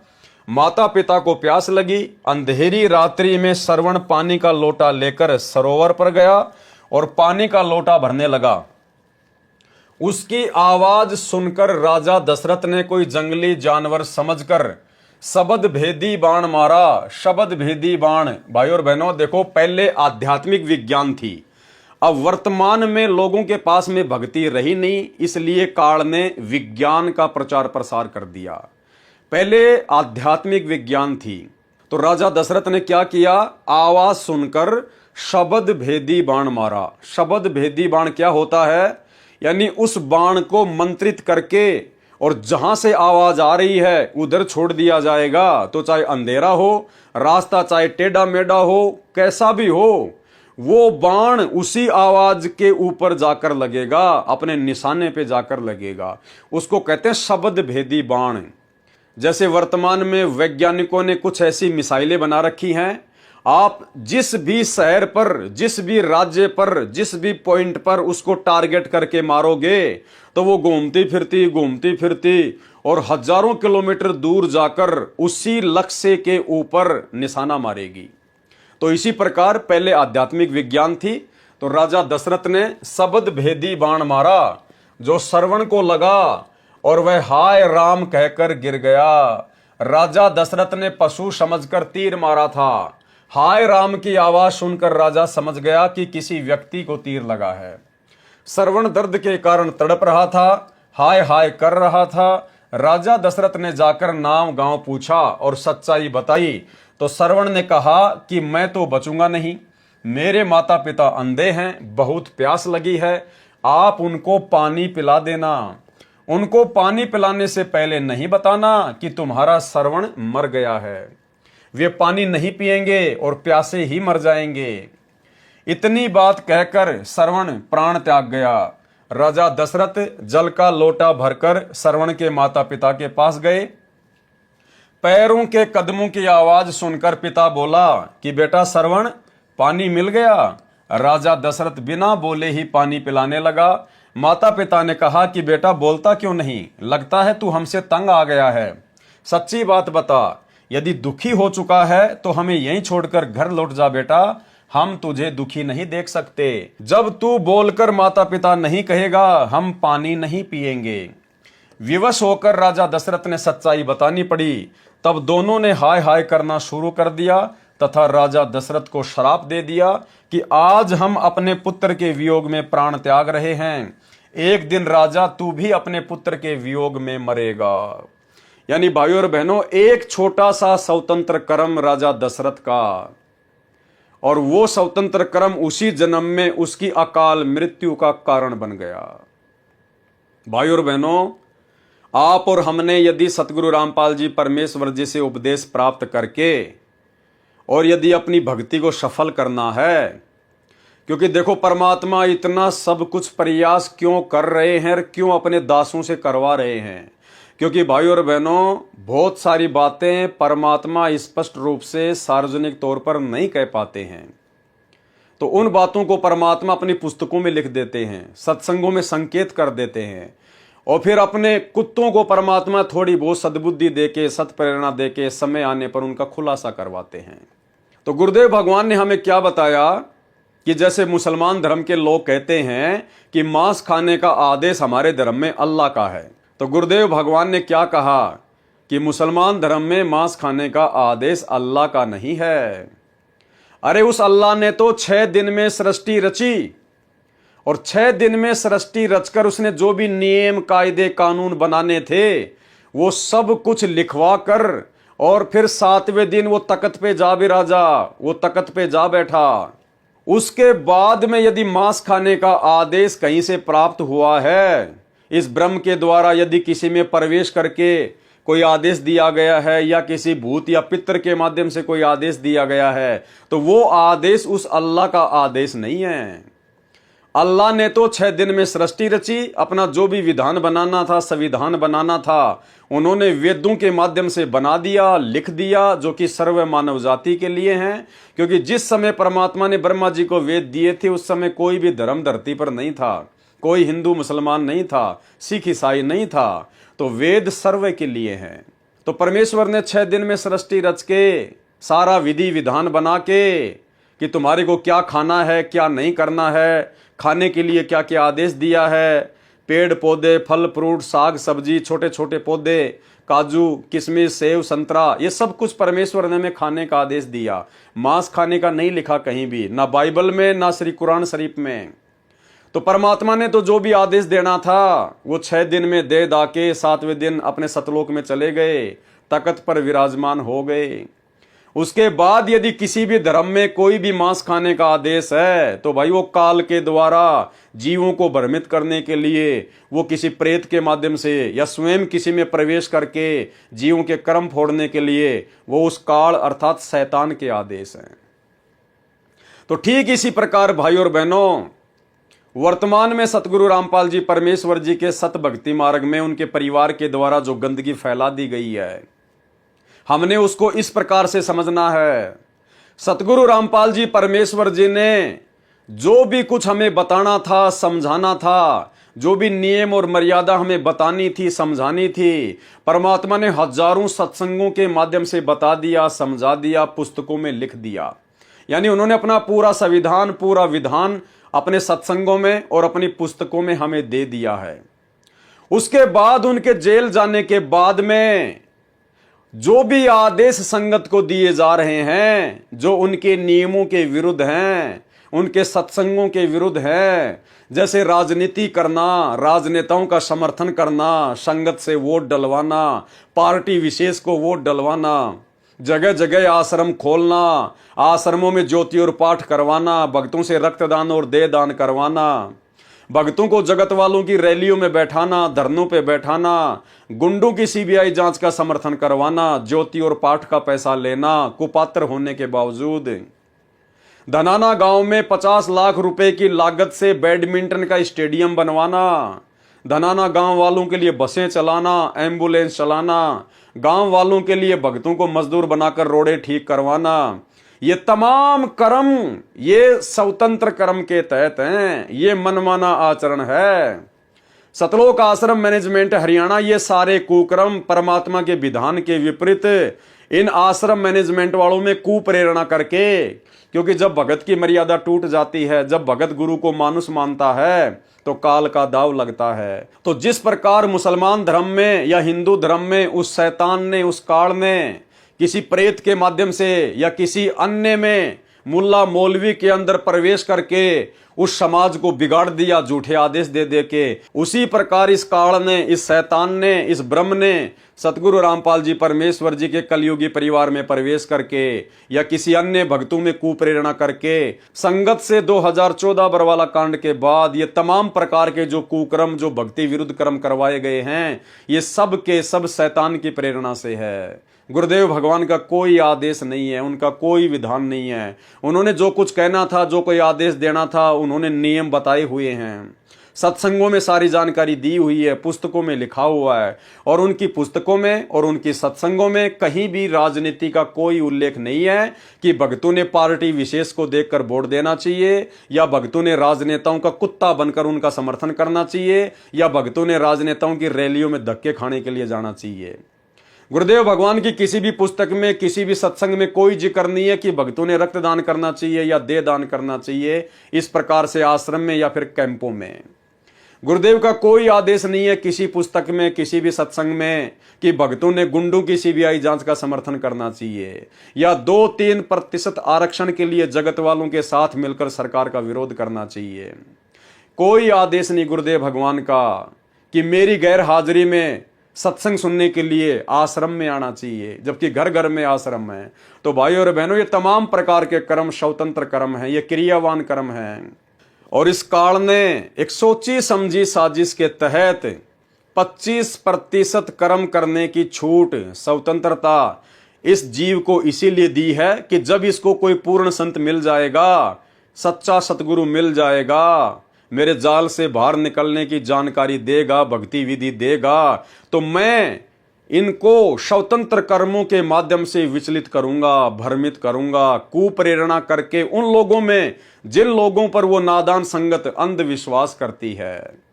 तो अंधविश्वास तो भगत ने करना चाहिए अपने गुरुदेव पर और अपने गुरुदेव की बातों पर, लेकिन संगत ने वर्तमान में अंधविश्वास कर लिया गुरुदेव के काल प्रेरित कलयुगी परिवार पर, अपने अपने नामदान संचालकों पर, कोऑर्डिनेटरों पर, जो किसी भी प्रकार की कोई भी मर्यादा में नहीं है। तो भाई और बहनों, स्वतंत्र कर्म क्या हैं ये समझ में आ जाना चाहिए। और वर्तमान में संत रामपाल जी की 90% संगत को काल ने स्वतंत्र कर्मों के माध्यम से ठगा है और वर्तमान में लगातार ठगने की दिशा में दौड़ रहा है। एक दिन राजा तू भी अपने पुत्र के वियोग में मरेगा, ये कहकर रो रो कर प्राण त्याग दिए। राजा दशरथ ने बहुत कहा कि मैं आपका पोषण करूंगा, नौकर नौकरानी सेवा में रख दूंगा, आप ऐसा न कहें और न मरें। परंतु कुछ ही घंटों में दोनों ने तड़प तड़प कर प्राण त्याग दिए, मर गए। उस कर्म का फल राजा दशरथ को उसी जीवन में भोगना पड़ा, क्योंकि वो राजा दशरथ का स्वतंत्र कर्म था। अरे भैया, वो तालाब राजा दशरथ के बाप का थोड़ी था। अरे वो जंगल में था, तो जंगल में जानवर कहां पिएंगे पानी? जंगली जानवर क्या आसमान में जाके पानी पी के आएंगे क्या? लेकिन ये राजा दशरथ का स्वतंत्र कर्म था। उसने अपनी तरफ से साधु संतों के लिए ये सोचा कि इस तालाब का पानी बहुत अच्छा है, कोई जानवर इसको गंदा ना कर दे, क्योंकि इन साधु संतों ने मुझे आशीर्वाद दिया, इन्होंने यज्ञ किया है, तब जाकर जो है मेरे ये रामचंद्र जो है ये पैदा हुआ है। तो उसकी मनमानी धारणा थी, उसकी मनमानी सोच थी, और उसी मनमानी सोच के तहत उसने मनमाना आचरण किया।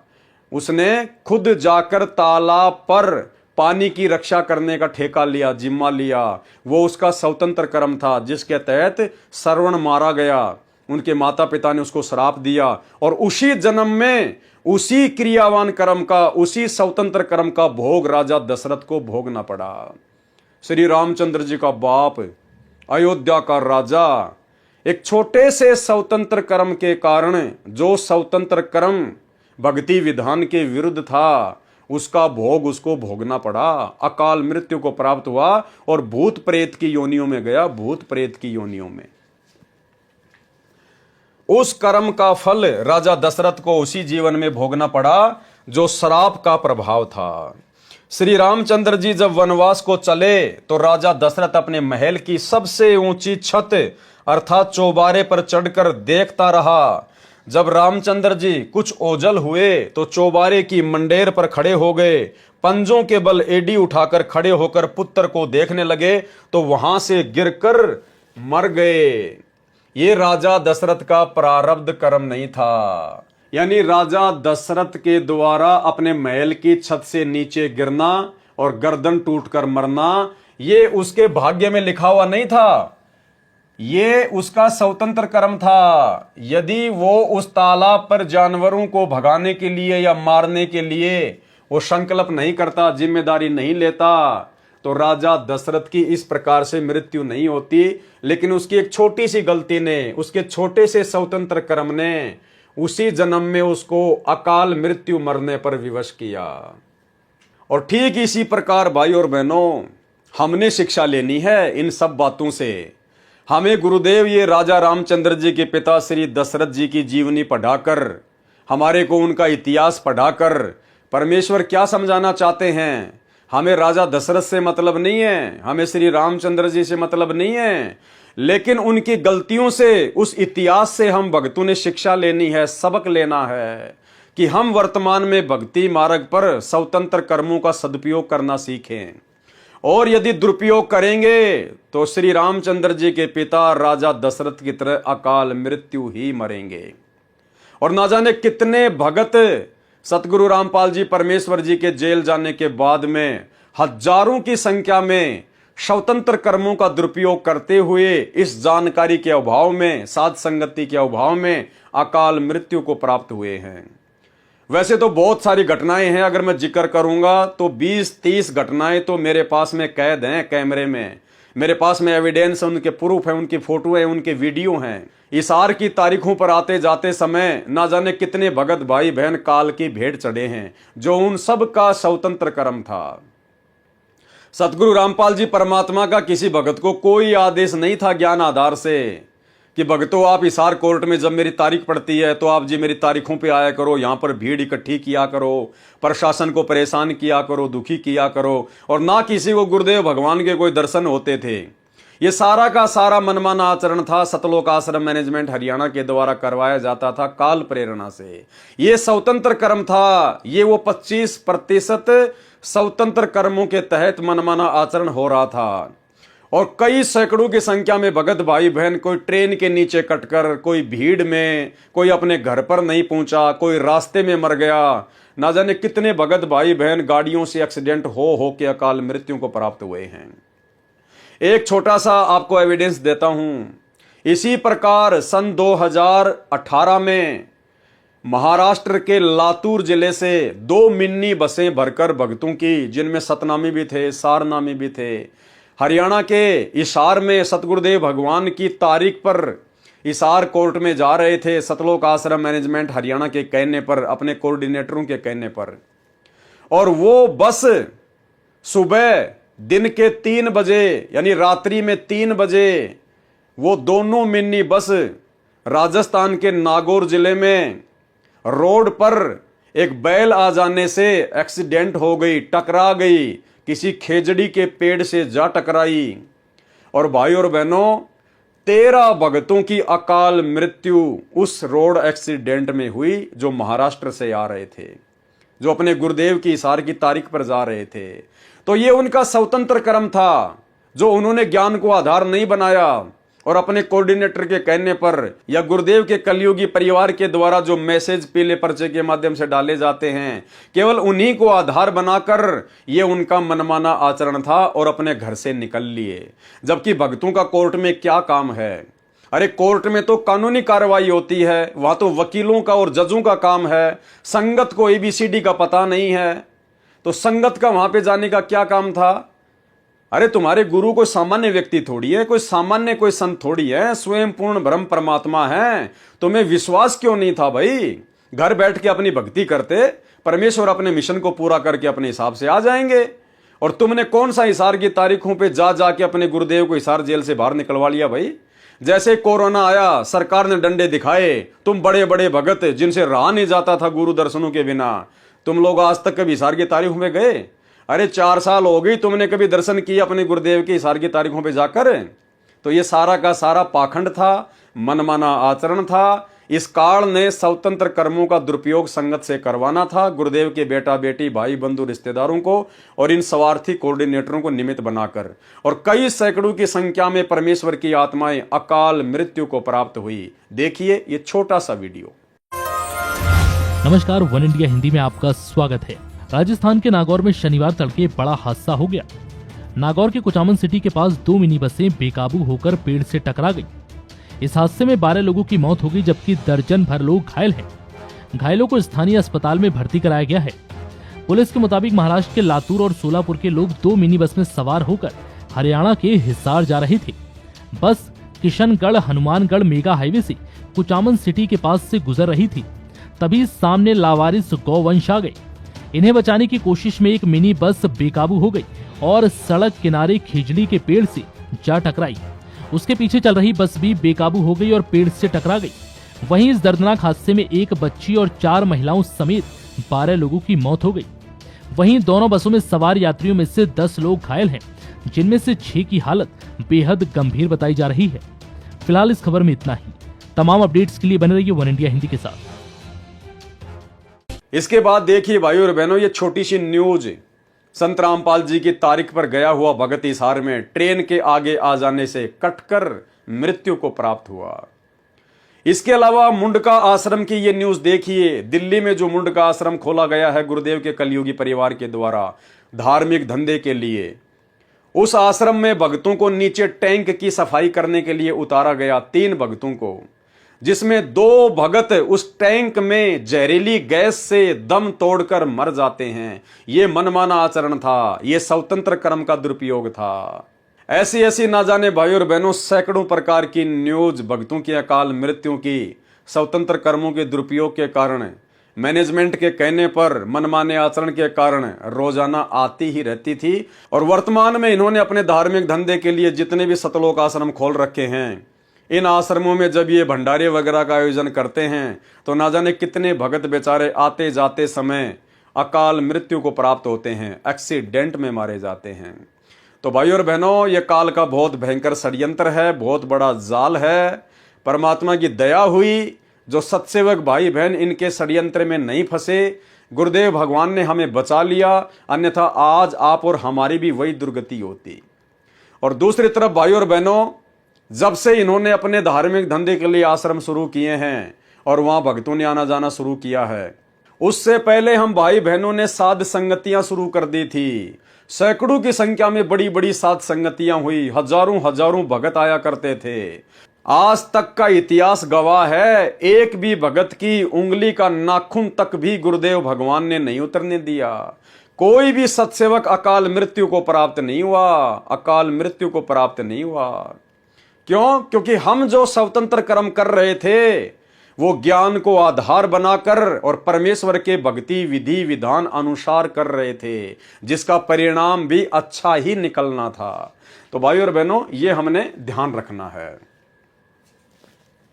ये राजा दशरथ का प्रारब्ध कर्म नहीं था, उसकी जो मृत्यु हुई थी वो उसकी अकाल मृत्यु थी, स्वतंत्र कर्म का नतीजा था।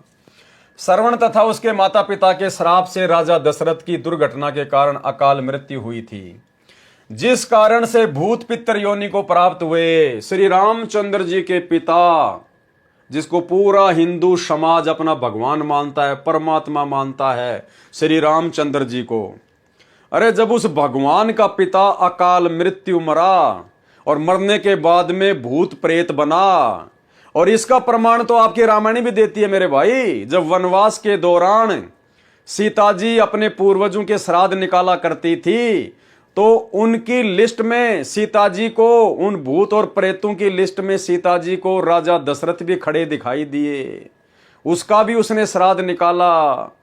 तो जब भगवान श्री रामचंद्र जी का पिता ही भूत बना घूम रहा है, तो वर्तमान में ये जो श्राद्ध निकालते फिरते हैं हमारे आम भगत भाई बहन, इन नकली पंडितों के कहने से, नकली धर्म गुरुओं के भरमाने से, अरे तुम्हारे माता पिता का कहां से उद्धार हो जाएगा श्राद्ध निकालने से?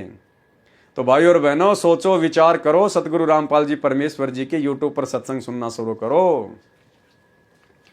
जिस कारण से भूत पितर योनि को प्राप्त हुए।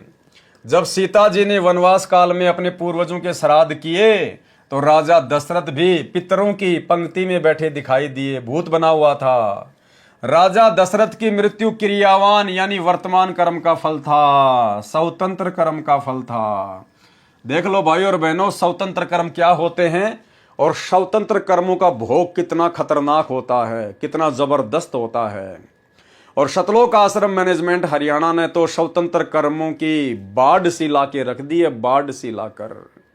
इनके साथ क्या बनेगा क्या नहीं बनेगा, वर्तमान में बनेगा या अगले जन्मों में बनेगा, क्योंकि पार होने वाले तो ये है नहीं इस मनुष्य योनि में। और जो जो इन्होंने स्वतंत्र कर्मों का दुरुपयोग किया और संगत से करवाया है, तो भाई उसी रेशियो में भोग भोगना पड़ेगा। क्योंकि सतलोक आश्रम मैनेजमेंट हरियाणा को स्वतंत्र कर्म करने और करवाने के लिए संगत ने प्रेरित किया है। अगर संगत इनका आर्थिक रूप से और शारीरिक रूप से सहयोग ना करती तो ये लोग किसी भी प्रकार से अपने कर्म नहीं फोड़ पाते। लेकिन संगत ने अंधी होकर इन कुपात्रों को गुरुदेव के ज्ञान को आधार ना बनाकर ज्योति और पाठ का जो पैसा दिया है, शारीरिक रूप से इन आश्रमों में जो सहयोग किया है, इन आश्रमों को बनाने के लिए जो जमीन दी है, जो पैसा दिया है, जो मजदूर बनकर ये लगे रहे, ये सारे के सारे इनके स्वतंत्र कर्म थे। इनका भोग सबको भोगना पड़ेगा। अरे गुरुदेव भगवान का गला बैठ गया ये कहते कहते कि गुरु बिन दान पुण्य जो कर ही मिथ्या होए कभू न फल ही। तुम्हारे गुरु जी तो जेल में बैठे हैं और दान लेने का अधिकारी केवल सुपात्र होता है, सुपात्र केवल सतगुरु है, सतगुरु जेल में बैठा है। तुम किसको दान दे रहे हो? इन आश्रमों में जाकर किसको दान दे रहे हो? किसको ज्योति पाठ दे रहे हो? किसको जमीन दान कर रहे हो? कुपात्रों को। गुरु बिन माला फेरते, गुरु बिन देते दान, गुरु बिन दोनों निष्फल है, चाहे पूछो वेद पुराण। अरे तुम्हारे गुरुदेव तो हिसार की जेल में बैठे हुए हैं, उनको तो 2 टाइम की रोटी और 2 जोड़ी कपड़े सरकार की तरफ से मिलते हैं। फिर तुम्हारा ये अरबों खरबों का दान कहाँ जा रहा है? ये राजनीति में जा रहा है, आरक्षणबाजी में जा रहा है, गुंडों की सीबीआई जांच में जा रहा है, अपने ऐसो आराम में जा रहा है। हाल ही एक भगत भाई जो कि धनाना आश्रम में गया हुआ था, वो प्लम्बर का काम करता था, तो गुरुजी का जो छोटा लड़का है मनोज, वो अपने घर पर कुछ काम करवाने के लिए, कुछ नल वगैरह की फिटिंग करवाने के लिए उस भगत को अपने घर पे ले जाता है। उस भगत ने बाद में बताया कि भगत जी मैं तो दंग रह गया, गुरुजी के छोटे बेटे की कोठी देखकर, इतना आलीशान मकान, इतने ऐसो आराम के साधन, भगत जी मैं तो दंग रह गया। मेरी आंखें फटी की फटी रह गई कि भाई संगत के दान का तो ये लोग यहां दुरुपयोग कर रहे हैं। गुरुदेव भगवान तो कहते हैं कि भगत को ये नाम लेने के बाद, 13वें पंथ में आने के बाद में बड़े बड़े आलीशान मकान बनाने की जरूरत नहीं है। घर तो 3.5 हाथ, घना तो पूणी 4, और इससे अधिक जो चाहता है उसको नहीं विचार। बोला भगत जी मेरे तो आंखें फटी की फटी रह गई, मैंने तो किसी मंत्री का मकान भी ऐसा नहीं देखा अपने जीवन में। ऐसा गजब का मकान इन्होंने संगत के दान से बना रखा है। और भगत जी उस घर में मुझे घुटन हो रही थी बहुत भयंकर कि मेरे प्राण ना निकल जाएं, क्योंकि वहां भक्ति का गुरुदेव भगवान के आशीर्वाद का नामो निशान भी नहीं। तो भाई और बहनों, ये हो रहा है वर्तमान में स्वतंत्र कर्मों के दुरुपयोग के चलते। ऐसे ही जब पहले रोहतक के सिंहपुरा में जो आश्रम था, वहां पर जो भगत भाई बहन जाया करते थे, तो ऐसे ही गुरुदेव के घर पर, यानी उनकी जो पत्नी रहती है, जो कलयुगी पत्नी, जिसको आप लोग अनारो माई कहते हैं, उसके घर पर थोड़ा बहुत काम करने के लिए कुछ भगत चले गए। अब वहां भगतों ने देखा कि माई ने तो 30-40 कमरे बनवा रखे हैं, 30-40 कमरे। तो भगत ने गुरुदेव के ज्ञान आधार से पूछा कि माई रहने के लिए तो 1 या 2 कमरे बहुत होते हैं। गुरुदेव सत्संगों में बताते हैं, आपने इतने सारे कमरे क्यों बना रखे हैं? बोला मैं इनको किराए पे दूंगी, ये मकान में किराए पे चढ़ाऊंगी, ऐसे थोड़ी बनाए हैं। तो भाई और बहनों, ये पूरा का पूरा काल का षड्यंत्र आप लोगों को मोहरा बनाकर आपकी मर्यादा तोड़वाने के लिए और आप भाई बहनों की भक्ति को बर्बाद करवाने के लिए स्वतंत्र कर्मों के दुरुपयोग के तहत काल के द्वारा गुरुदेव के कलयुगी परिवार को निमित्त बनाकर करवाए जा रहे हैं। सावधान हो सको तो हो लेना। और जो भगत गुरुदेव के बेटे के साथ में, मनोज के साथ में उसकी आलीशान कोठी में जाके आया है, एक छोटी सी ऑडियो सुन लीजिए जब उसने किसी भगत भाई को ये बात बताई। सुनिए। हाँ भगत जी क्या बोल रहे थे आप बोलो, मैं रिकॉर्डिंग कर लिया। हाँ, गुरुजी के लड़के जो मनोज है ना, हाँ मनोज है या पता नहीं छोटे वाली है, पता नहीं किसके घर में, तो उनके यहाँ घर पे गए होंगे वो। हाँ तो वो बता रहे थे कि वहाँ पे घर पे रुकने का वो चोटी लगाने गए, उनकी वहाँ उनको बोल दिया, वो प्लम्बर का काम कर रहे थे वहाँ धनाना में, तो धनाना से वहाँ बुलाया हुआ वहाँ लगाने के लिए, तो वहाँ चोटी लगा के आए, तो VIP चोटी थी, वहाँ गए लगाने के लिए। तो वो कह रहे थे कि बहुत बेहतरीन VIP कोठी बना रखी है आउटसाइड में, जो किसी को पता ना हो वहाँ पे। अच्छा में। हाँ। तो ये मतलब सारे भक्तों के पैसे से हो रहा है भगत जी, मतलब है नी? वो कर क्या रहे हैं, सारे भक्तों के पैसे से ही और चीजें क्यों हैं? हाँ समझे? तो वो वहाँ अंदर गए, बता रहे नौकर है, वहाँ रुकने का नाम नहीं ले रहा था, इतनी घुसंती हो रही थी। और बाप रे, हाँ तो वो तो ऐसा ही रहेगा भगत जी। देखो देखो ये क्या है, ये सारे भक्तों का पैसा है। नहीं, और वो भगत तुम्हारे उधर के ही थे, रतलाम के ही थे भगत, वो हमारे यहाँ इनकी रिश्तेदारी है उनकी, तो वो अच्छा। हाँ तो वो आते रहते जानते हैं। अब मैं करूँ अभी देर से बात। हाँ, अच्छा। तो बता रहे कि वहाँ मतलब किसी को बताना मत इस बारे में।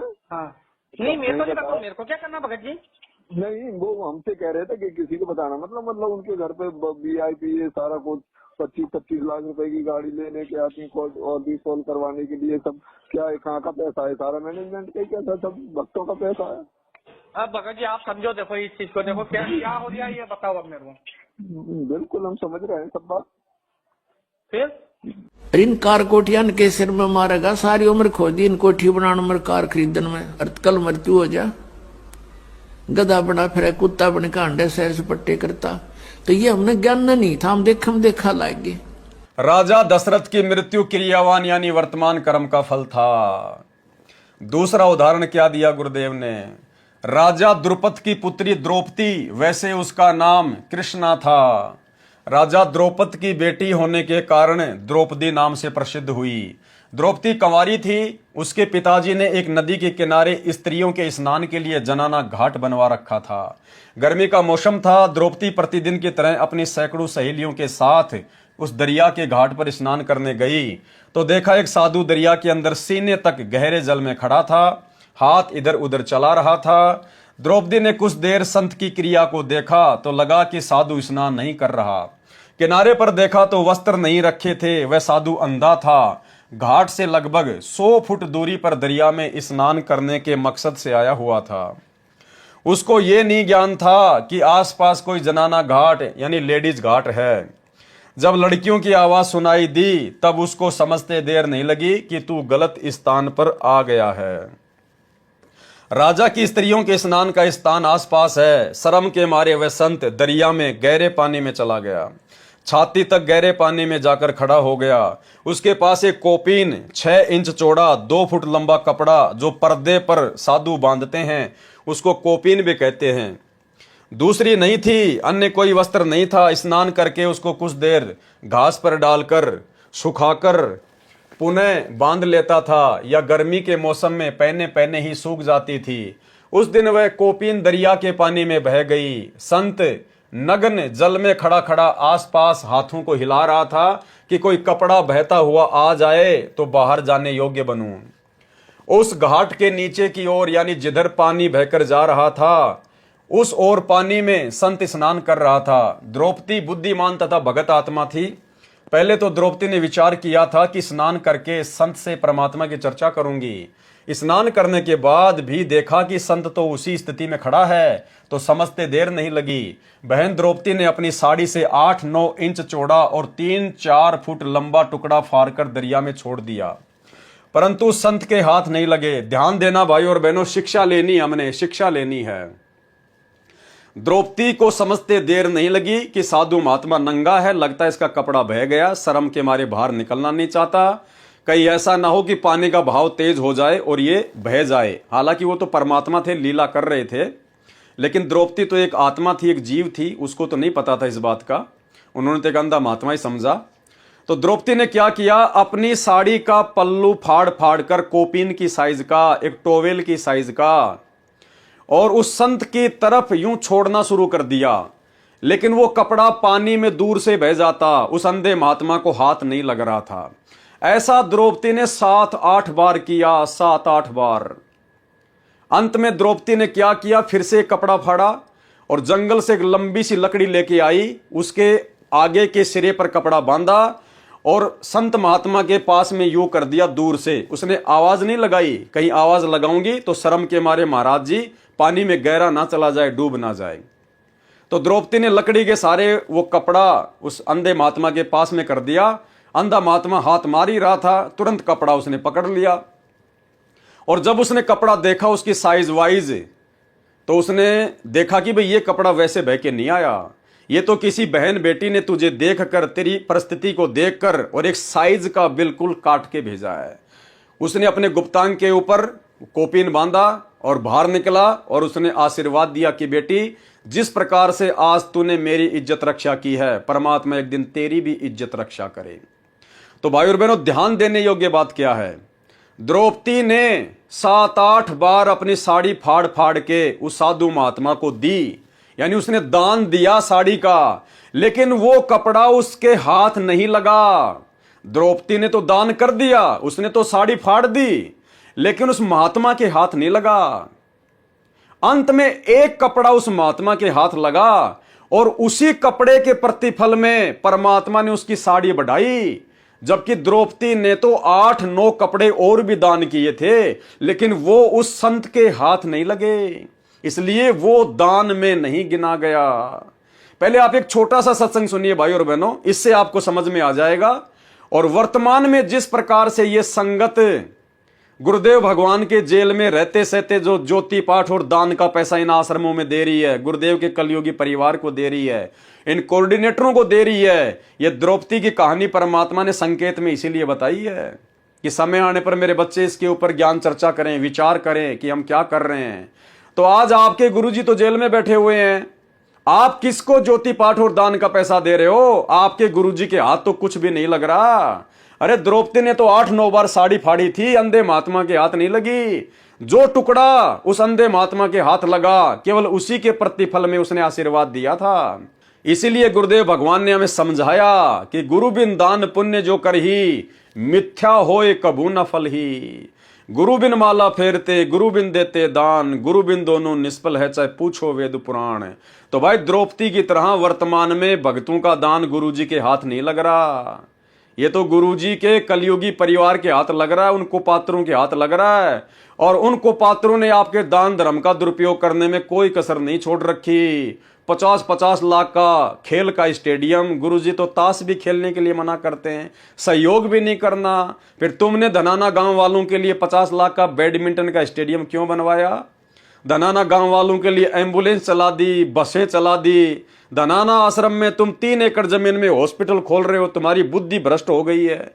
ये भगवान तो अपनी भक्ति से जिन लोगों को हॉस्पिटल से जवाब मिल जाता है उनका रोग काटते हैं, और तुम उसी संत के नाम से उसकी संगत का दान और समय बर्बाद करते हुए आश्रम में ही हॉस्पिटल का काम शुरू कर दिया।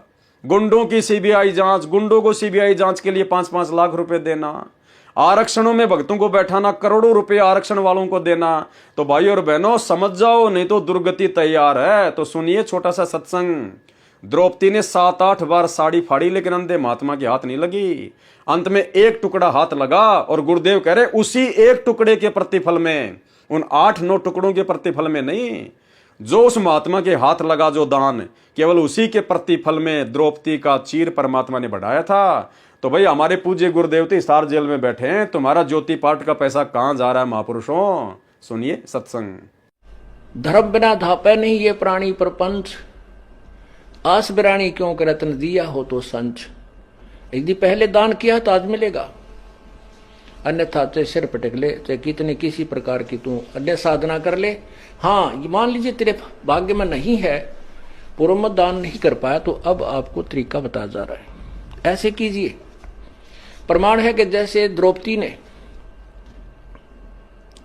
उसी जन्म में एक अंधे महात्मा को एक बिल्हातानी अर्थात 8-9 इंच का एक कपड़ा लंगोट टाइप, कोपीन टाइप बना के पाड़ के दिया था। यानी वैसे तो उसने लगभग सारी साड़ी पाड़ के डाल दी थी नदी में। अंधा महात्मा था, हाथ नहीं लग गया, वह एक लकड़ी का लपेट कर उसके हाथ का लगा दिया। अर्थात उस इतने के कपड़े का दान का इसी जन्म में भी परमात्मा ने उसको लाभ दे दिया, क्योंकि वो सुपात्र को दान किया गया था। वो परमात्मा कहता है कि जो जन मेरी शरण है ताका हूं मैं दास, गेल गेल ला गया फिरूं जब तक धरती आकाश। बहन द्रौपदी ने अपनी साड़ी से 8-9 इंच चौड़ा और 3-4 फुट लंबा टुकड़ा फाड़कर दरिया में छोड़ दिया, परंतु संत के हाथ नहीं लगा। ऐसे ऐसे 7-8 टुकड़े साड़ी से फाड़ फाड़ कर डाले, परंतु व्यर्थ रहे। क्या कह रहे हैं गुरुजी? परंतु व्यर्थ रहे, बेकार गया वो दान, क्योंकि संत के हाथ नहीं लगा, क्योंकि संत को दिखाई नहीं दे रहा था। लड़की होने के नाते द्रौपदी बोलना नहीं चाहती थी कि कहीं मेरे बोलने से संत शर्म के मारे और गहरा दरिया में चला न जाए। आगे दरिया बहुत गहरी है, पानी का बहाव भी बहुत तेज है। बहन द्रौपदी ने एक टुकड़ा और फाड़ा, यानी साड़ी आधे से अधिक फाड़ दी, और जंगल से एक लंबी लकड़ी उठाकर उसके सिरे से कपड़े का टुकड़ा लपेटकर संत के हाथों के पास कर दिया। संत के हाथों से कपड़ा लगा तो तुरंत पकड़ लिया। पहले तो सोचा कि किसी बहन बेटी का कोई कपड़ा बहकर आ गया होगा, परंतु कोपीन आकार का कपड़ा हाथों से पहचान कर समझ गया कि किसी बेटी ने अपनी साड़ी फाड़कर कोपीन बनाई है। संत ने कहा, हे बेटी, तेरा भला करे करतार, तूने मेरे पर्दे की ओट करके मेरी लाज रखी है। तेरे को परमात्मा अनंत वस्त्र दे तथा तेरे पर्दे गुप्तांग की लाज रखे। क्योंकि सतगुरु रामपाल जी भगवान को पता था, इस कबीर परमात्मा को पता था कि आगे चलकर मेरी इस प्यारी आत्मा के साथ में बदतमीजी की जाएगी काल प्रेरणा से, इसको निर्वस्त्र भरी सभा में किया जाएगा। तो परमेश्वर अपनी ऐसी आत्माओं के पिछली भक्ति के कारण परमात्मा कोई न कोई बहाना बनाकर सतगुरु रामपाल जी भगवान, ये कबीर भगवान, अपनी आत्माओं के प्रारब्ध में अच्छे कर्म लिखवा देता है, कर देता है। तो ये बहन द्रौपदी का स्वतंत्र कर्म था, उस अंधे महात्मा को दान करना अपनी साड़ी का, ये बहन द्रौपदी का स्वतंत्र कर्म था। लेकिन उसका दान सुपात्र के हाथ में लग गया। अगर किसी कुपात्र के हाथ में लग जाता तो बहन द्रौपदी की इज्जत रक्षा नहीं होती। वो कुपात्र क्या करता, फिर बाहर निकलकर अपना सुल्फा भरता और वो ही पीता, या आन उपासना कर रहा होता। तो बहन द्रौपदी को कुपात्र को साड़ी दान करने के कारण किसी प्रकार का कोई लाभ नहीं होता, लेकिन उसने सुपात्र को दान किया। तो भाई भक्तों, सुपात्र तो वर्तमान में हिसार जेल में बैठा है, बाकी तो सब कुपात्र ही कुपात्र हैं। और कुपात्रों को जाकर आश्रमों में जो तुम दान पुण्य कर रहे हो, ज्योति पाठ का पैसा दे रहे हो, आश्रमों के लिए जमीन दे रहे हो, ये तुम्हारे स्वतंत्र कर्म का दुरुपयोग करवा रहा है काल, दुरुपयोग। साधु बोले सहज सुभाए, साधु का बोला मिथ्या न जाए। यानी जो पूर्ण संत होता है, जो पूर्ण सतगुरु होता है, वो अगर नॉर्मल भी कोई बात बोल दे, आपस में बैठा बैठा या हंसी मजाक में या जैसे भी है, अगर कोई भी बात बोल देता है तो परमात्मा कहते हैं साधु का वचन कभी झूठा नहीं जाता है। साधु बोले सहज स्वभाव, साधु का बोला मिथ्या ना जाए। संत वचन पलटे नहीं, चाहे पलट जाए ब्रह्मांड। जो सच्चा संत होता है, सच्चा सतगुरु होता है, उसका वचन कभी खाली नहीं जाता। विचार करने की बात है, राजा की लड़की के साथ तो 2-4 नौकरानी भी होती हैं। द्रौपदी उनको भी कह सकती थी कि तुम अपनी साड़ी से कपड़ा फाड़कर डाल दो, परंतु उसको अध्यात्म ज्ञान था तथा पूर्व जन्म का शुभ संस्कार था, जिस कारण से उसने विचार किया कि मैं रोटी खाऊंगी तो मेरा पेट भरेगा, बांदी खाएगी तो बांदी का पेट भरेगा, यानी मैं दान करूंगी तो मुझे लाभ होगा, बांदी दान करेगी तो उसको लाभ होगा। द्रौपदी ने इसलिए यह अवसर हाथ से नहीं जाने दिया। संत कोपीन बांधकर चला गया, लड़कियां पहले चली गई थी। द्रौपदी का विवाह अर्जुन के साथ हुआ। माता की आज्ञा अनुसार वह 5 पांडवों की पत्नी बनी। जिस समय राजा युधिष्ठिर जुए के खेल में दुर्योधन से सर्व राज तथा द्रौपदी को भी हार गए, तब भरी सभा में दुर्योधन ने द्रौपदी को नंगी करने की योजना बनाई। दुर्योधन ने अपने भाई दुशासन से कहा कि द्रौपदी को नंगा करके मेरी जांग पर बैठा। सभा में 5 पांडव, 101 कौरव तथा गुरु द्रोणाचार्य, दानवीर कर्ण, भीष्म पितामह, चाचा विदुर तथा अन्य सेनापति उपस्थित थे। दुर्योधन का आदेश पाकर दुशासन द्रौपदी की साड़ी का पल्ला पकड़कर साड़ी उतारने लगा। द्रौपदी ने पहले तो अपने 5 पतियों की ओर देखा। वे जुए में हार चुके थे, मर्यादा में बंधे थे। नीचे गर्दन कर ली, देखा तक नहीं। अन्य उपस्थित महानुभावों की ओर देखा और रक्षा की प्रार्थना की, परंतु वे दुर्योधन का मलिन अन्न खाकर मलिन आत्मा हो चुके थे। उस सभा में एक संत विदुर जी विराजमान था, जो इंसान बीज था। विदुर जी खड़ा हुआ और दुर्योधन से कहने लगा कि हे दुर्योधन, आप किसकी बेइज्जती कर रहे हो? आपका एक कुल, एक परिवार है। जनता कहेगी कि अपनी इज्जत आप ही खराब कर दी। कुछ विचार से काम लो, अहंकार में अंधा न हो। यह बात सुनकर दुर्योधन अपने चाचा विदुर को बुरा भला कहने लगा कि तू गुलाम सोच का व्यक्ति है, तू तो बांदी नौकरानी का पुत्र है, तू तो पांडवों का सदा ही पक्ष लेता आ रहा है। ये सुनकर भीष्म पितामह, गुरु द्रोणाचार्य तथा कर्ण मुस्कुराए। अब देखना भाइयों और बहनों इनके साथ में क्या बनेगी। भीष्म पितामह, गंगा पुत्र गुरु द्रोणाचार्य और ये सूर्य पुत्र कर्ण।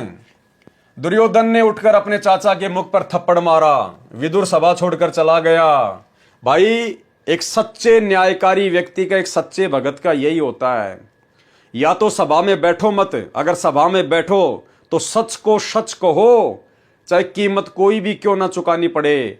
और यदि आपकी बात को कोई नहीं मानता है तो सभा को त्याग कर चल देना चाहिए, अन्यथा दोषी बन जाओगे। भीष्म पितामह, द्रोणाचार्य या कर्ण में से कोई एक भी खड़ा होकर यह कह देता कि दुर्योधन तुम भाई भाई कुछ भी करो, परंतु सभा में अबला के साथ दुर्व्यवहार ठीक नहीं, यह क्षत्रिय धर्म के विरुद्ध है, तो कौरवों की क्या मजाल थी कि वे द्रौपदी के चीर को हाथ लगा दें। उन्होंने कुछ भी प्रतिक्रिया नहीं की, सभा में बैठे रहे। पाठक जन विचार करें भाई और बहनों, भीष्म पितामह, द्रोणाचार्य और कर्ण इतने जबरदस्त योद्धा थे, सूरवीर थे।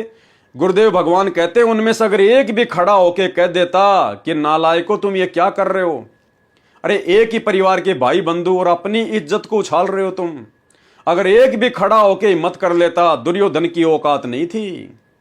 ठीक इसी प्रकार भाई और बहनों, साध संगतियां जो गुरु महिमा के अंतर्गत होती हैं, हम किसी का कोई बुरा नहीं कर रहे थे, हम कोई भक्ति मर्यादा विरुद्ध कार्य नहीं करते, अपने गुरु को भोग लगाते हैं, गुरु की महिमा करते हैं, ज्ञान आधार से चर्चा करते हैं, भाई बहनों को समझाने के लिए संगत में काल प्रेरणा से जो गलतियां काल करवाता है उनकी जानकारी देते हैं। और हमारे तो वीडियो सार्वजनिक होते हैं, हर साथ संगति का वीडियो या तो हम लाइव चलाते थे या फिर उसके बाद में फेसबुक और यूट्यूब पर वीडियो बना बना के डाले जाते हैं।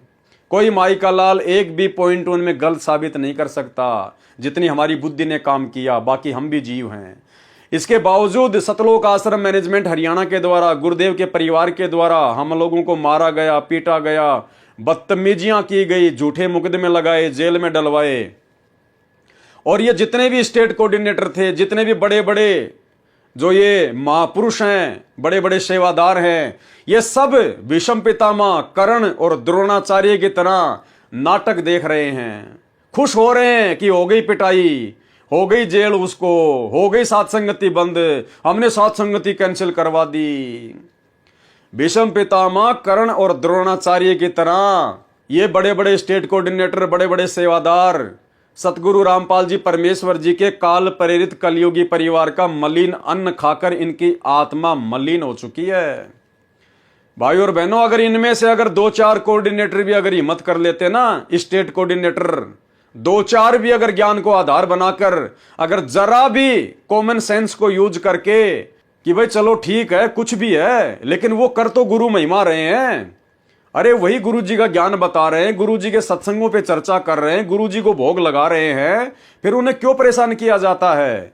आज समाज के अंदर बालाजी के, हनुमान जी के, माता जी के, शंकर जी के लाखों मंदिर हैं। कोई तो अपना कोई मंदिर पूजता है, कोई अपनी साधना कैसे करता है। क्या कोई दूसरा व्यक्ति ये आके कहता है कि भैया मैं तो दक्षिण मुखी हनुमान जी को पूजता हूं और तू ये उत्तर मुखी हनुमान जी को क्यों पूज रहा है? क्या वो लड़ाई झगड़ा करते हैं? क्या वो मारपीट करते हैं? एक ही हनुमान जी की पूजा कई प्रकार से होती है, लेकिन कोई किसी को आपत्ति नहीं है, कोई किसी को दिक्कत नहीं है, जो जैसा करेगा अपना पाएगा। लेकिन इन लोगों को आपत्ति क्यों हुई? क्योंकि इनका धार्मिक धंधा धीरे धीरे बंद होने की कगार पे आ गया, क्योंकि इन्होंने संत रामपाल जी के भक्ति मार्ग को धार्मिक धंधा बना लिया। उनके बेटा बेटी, भाई बंधु, रिश्तेदारों ने, इन कोऑर्डिनेटरों ने। अगर 2-4 स्टेट कोऑर्डिनेटर या मुख्य मुख्य सेवादार भी, जिनके ऊपर संगत विश्वास करती है नादानी में, अगर वो हिम्मत करके खड़े हो जाते और सात संगतियों के पक्ष में आ जाते, क्योंकि सात संगतियां सत्य हैं और सत्य का पक्ष लिया जाता है, तो गुरुजी के बेटा बेटी की, गुरुजी के भाई की औकात नहीं है। उसके बाद फिर वो सात संगतियों को बंद करवा दें, सात संगतियों में मारपीट करवा दें, या पुलिस वालों को शराब पिला के, उनको पैसे दे के सात संगतियों में भेजकर सत्सेवक भाई बहनों की पिटाई करवाएं। जिस प्रकार से दिल्ली की सात संगति में पुलिस वालों को शराब पिलाकर भक्तों की मार पिटाई जो है वो करवाई गई। तो भाई और बहनों, इनके साथ में क्या बनेगी? अरे चलो, भीष्म पितामह, द्रोणाचार्य और कर्ण को तो ये तत्व ज्ञान नहीं था भाई, लेकिन तुम्हारे को तत्व ज्ञान देने में गुरुदेव ने कौन सी कमी छोड़ दी? तो भाई संभल के रहना, कर्म तुम्हारे बिगड़ चुके हैं, तुमने स्वतंत्र कर्मों का दुरुपयोग किया है। आने वाले समय में क्या होगा, सावधान हो जाना। और आने वाले समय में फिर भीष्म पितामह, द्रोणाचार्य और कर्ण के साथ क्या हुआ, और फिर उसका क्या कारण बताया गुरुजी ने कि इन ऐसे ऐसे महापुरुषों की दुर्गति क्यों हुई। परंतु सभा में अबला के साथ दुर्व्यवहार ठीक नहीं है, यह क्षत्रिय धर्म के विरुद्ध है। तो कौरवों की क्या मजाल थी कि वे द्रौपदी के चीर को हाथ लगा दें। उन्होंने कुछ भी प्रतिक्रिया नहीं की, सभा में बैठे रहे।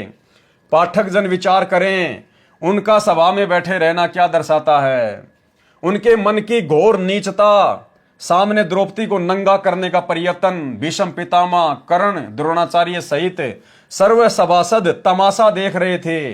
वे द्रौपदी के गुप्तांग को देखने के लिए बैठे थे। क्या कह रहे गुरुदेव भगवान?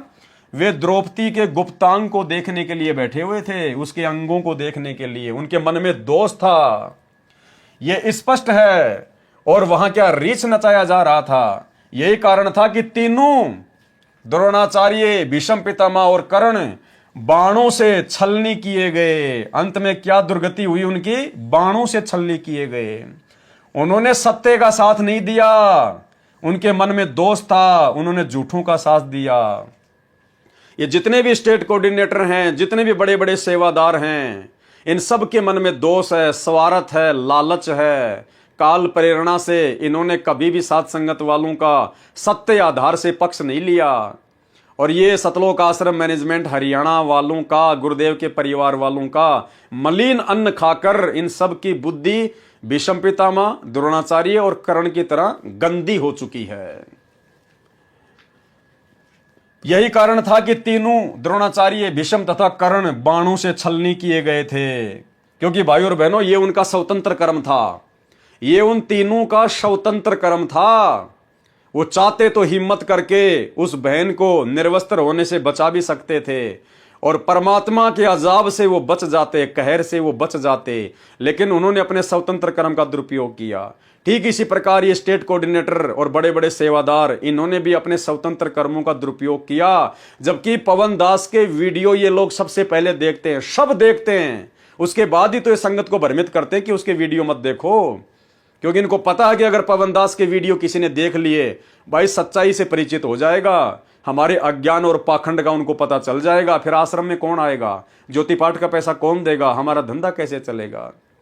इसीलिए तो इन लोगों ने मुझ पवन दास के वीडियो देखने से संगत को डराया, मना किया, धमकाया, गुरुद्रोही कर दिया जाएगा, तुम्हें आश्रम में नहीं आने दिया जाएगा।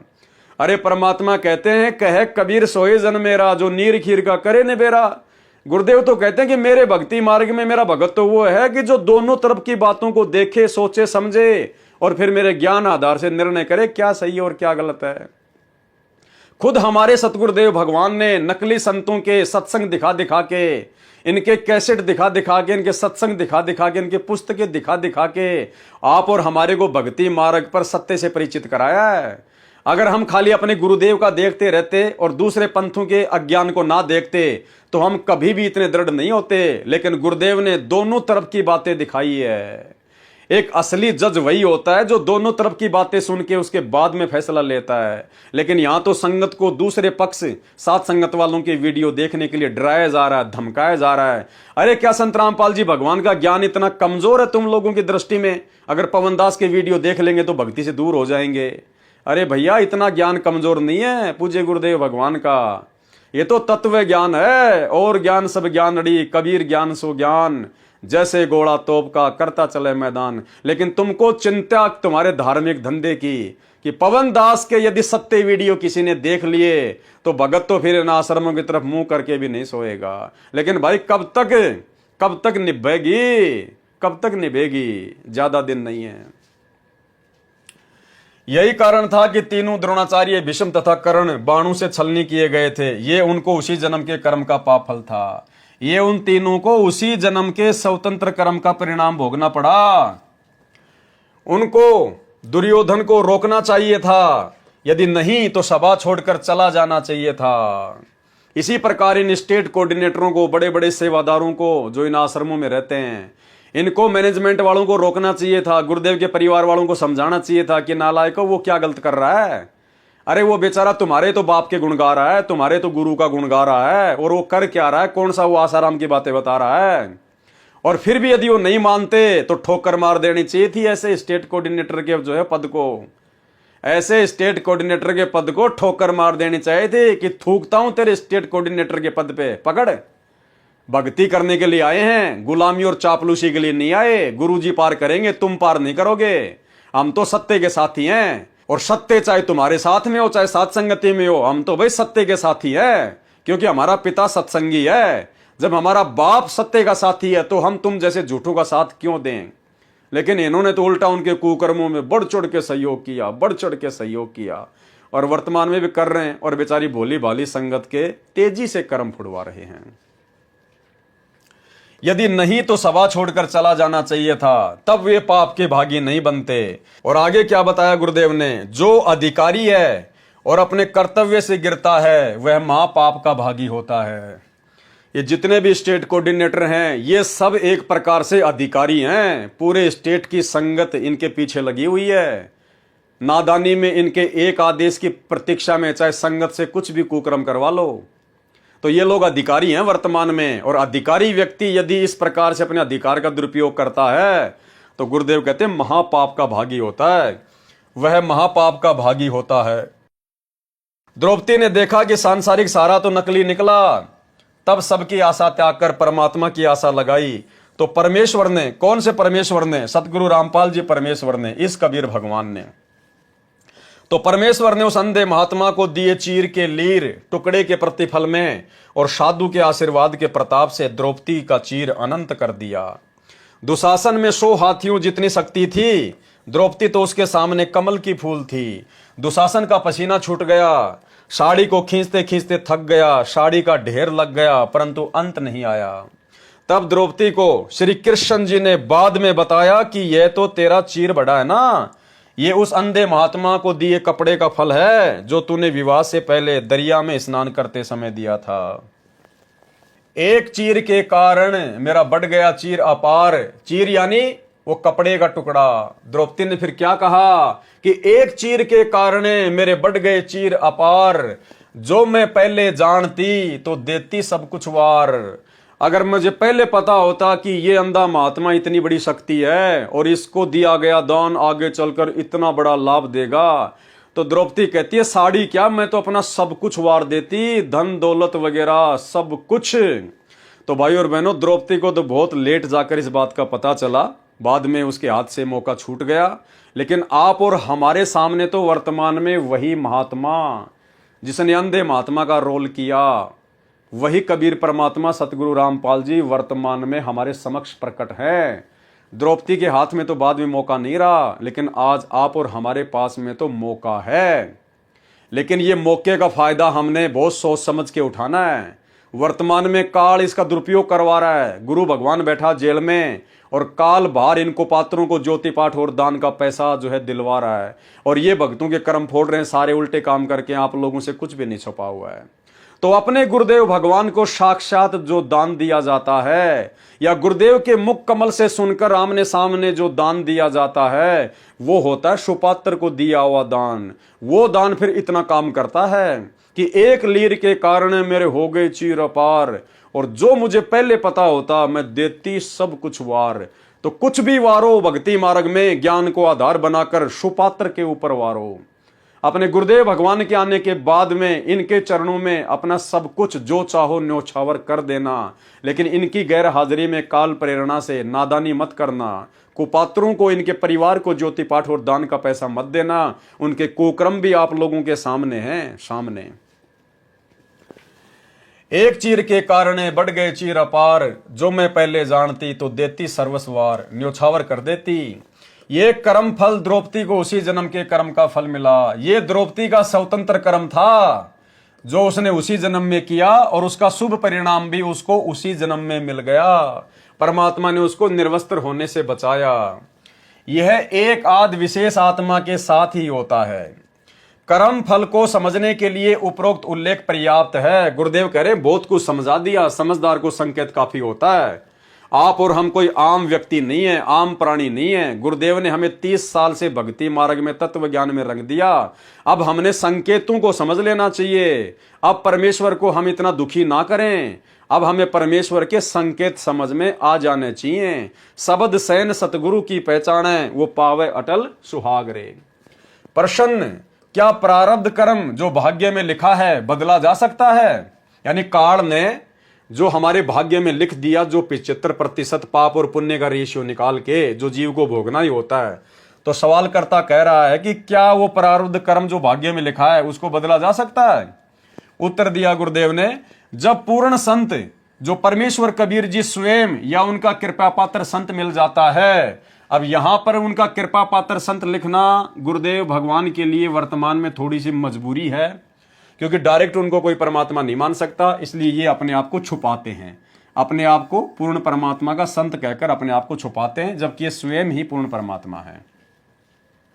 जब पूर्ण संत जो परमेश्वर कबीर जी स्वयं या उनका कृपा पात्र संत मिल जाता है, तो पाप कर्म जो प्रारब्ध में है या संचित कर्मों में है, वह सत्य साधना से समाप्त हो जाता है। यानी जब आप सच्चे पूर्ण संत कबीर परमेश्वर की शरण में आ जाते हो, उपदेश ले लेते हो, क्योंकि भाइयों और बहनों, एक समय में पृथ्वी पर एक ही संत होता है, और वो केवल स्वयं कबीर भगवान ही होता है, पूर्ण परमात्मा होता है। एक समय में पृथ्वी पर एक ही संत होता है। सुनिए, इसलिए हमने उन नकली सतगुरुओं से बात नहीं बनेगी। एक समय में एक ही सतगुरु होता है। जैसे परमात्मा जब आए थे, उन्होंने किसी को भी नाम देने का आदेश नहीं दिया था और स्वयं ही उपदेश दिया करते थे। 64 लाख से सुन के हो गए थे, उन सब के स्वयं ही गुरु थे, स्वयं ही सतगुरु थे। और एक समय में एक ही संत होता पूरी पृथ्वी पे उस परमेश्वर का। वैसे तो ये अन्य उपासना बताने वालों की तो गिनती ही नहीं है। और वो परम संत आज वर्तमान में सतगुरु रामपाल जी परमेश्वर हैं, ये पूर्ण कबीर साहिब हैं। तो जो इनकी शरण में आ जाता है, उसके बाद में काल ने हमारे भाग्य में संचित कर्मों से पाप और पुण्य निकालकर जो 75% हमारा प्रारब्ध बना दिया, भाग्य बना दिया है, उसको हल्का किया जा सकता है। उन प्रारब्ध कर्मों को काटा जा सकता है, उनको चेंज किया जा सकता है। सतगुरु जो चावे सो करही, 14 कोटि दूत यम डरही, ओत भूत जम त्रास निवारे, और चित्रगुप्त के कागज फाड़े। ये 75% जो चित्रगुप्त के द्वारा काल ने जो हमारे प्रारब्ध कर्म लिखवा दिए, सतगुरु उनको फाड़ सकता है, और किसी की औकात नहीं, किसी के बस की बात नहीं है। जब पूर्ण संत जो सतगुरु परमेश्वर कबीर जी स्वयं या उनका कृपा पात्र संत मिल जाता है, तो पाप कर्म जो प्रारब्ध में है या संचित कर्मों में है, वह सत्य साधना से समाप्त हो जाता है। कबीर जब ही सतनाम हृदय धर्यो, भयो पाप को नाश, जैसे चिनगी अग्नि की पड़े पुराने घास। गरीब मासा घटे ना तिल बदे, विदना लिखे जो लेख। विदना यानी इस काल ने, इस धर्मराज ने जो लेख लिख दिए 75%, कहते हैं जब तक आप पूर्ण संत की शरण में नहीं आओगे, मासा घटे ना, मासा यानी थोड़ा सा भी, और तिल बदे यानी तिल के जितना भी कोई उनके अंदर बदलाव नहीं कर सकता, बढ़ा नहीं सकता। गरीब मासा घटे ना तिल बदे, विधाता लिखे जो लेख, साचा सतगुरु मेट कर ऊपर मार दे मेख। गरीब जमजोरा जासे डरे, मिटे कर्म के लेख, अदली असल कबीर है कुल के सतगुरु एक। मिटे कर्म के लेख, चित्रगुप्त के कागजों का लेख मिटा देता है सतगुरु। जब तक पूर्ण संत कबीर जी की भक्ति नहीं करता और करवाता है, तब तक कबीर जी ने कहा है, कर्म रेख टारी न टरे। वशिष्ठ मुनि से त्रिकाल योगी, सोध के लगन धरे, सीता हरण मरण दशरथ का, बण बण राम फिरे। भावार्थ, ऋषि वशिष्ठ जी राजा जनक के कुल गुरु थे। वे त्रिकालदर्शी, भूत भविष्य तथा वर्तमान की जानने वाले माने जाते थे। उन्होंने जनकपुरी में राम सीता के विवाह को 3 दिन आगे कर दिया था। बारात वहीं रुकी रही थी। उसी के पश्चात बारात को 3 दिन रोकने की परंपरा शुरू हुई थी, जो कालांतर में समाप्त प्राय हो चुकी है, जो वर्तमान में समाप्त हो चुकी है। इसलिए विवाह का लगन 3 दिन आगे किया था। ऋषि ने कारण बताया था कि यह मुहूर्त ठीक नहीं है, 3 दिन बाद शुभ लगन मुहूर्त है, शुभ लगन में किए विवाह से बच्चों के गृहस्थ जीवन में कोई आपत्ति नहीं आएगी, सुखी जीवन व्यतीत करेंगे। श्री रामचंद्र जी तथा सीता जी का विवाह ऋषि वशिष्ठ जी के बताए अनुसार शोध कर किए गए मुहूर्त में किया गया था। कबीर परमेश्वर जी ने बताया कि उस शुभ लगन से भाग्य अर्थात प्रारब्ध में कोई परिवर्तन नहीं हुआ। विवाह के तुरंत पश्चात श्री रामचंद्र तथा सीता व लक्ष्मण का वनवास हुआ। वन से सीता का अपहरण हुआ। श्री रामचंद्र जी वन वन भटक रहा था। पुत्र वियोग में राजा दशरथ की मृत्यु हो गई। घर में कहर हो गया। पूर्ण संत बिना कर्म का फल भोगना ही पड़ता है। कर्म बोध पेज नंबर 165 पर। कबीर कर्म फांस छूटे नहीं के तो करो उपाय, सदगुरु मिले तो उबरे नहीं तो परले जाए। कबीर सागर के अध्याय कर्मबोध का सारांश संपूर्ण हुआ। सत्य साहिब यानी सतगुरु रामपाल जी भगवान, सच्चा परमात्मा, अविनाशी परमात्मा। तो भाई और बहनों, आज के वीडियो में केवल इतना ही। कल रात्रि 8 बजे सभी भाई बहन फिर से दास के Facebook page Pawan Das is live के ऊपर लाइव जुड़िए। और तब तक गुरुदेव भगवान हम सबको आज्ञा दें, इजाज़त दें, आशीर्वाद दें। बंदी छोड़ सतगुरु रामपाल जी भगवान की जय हो।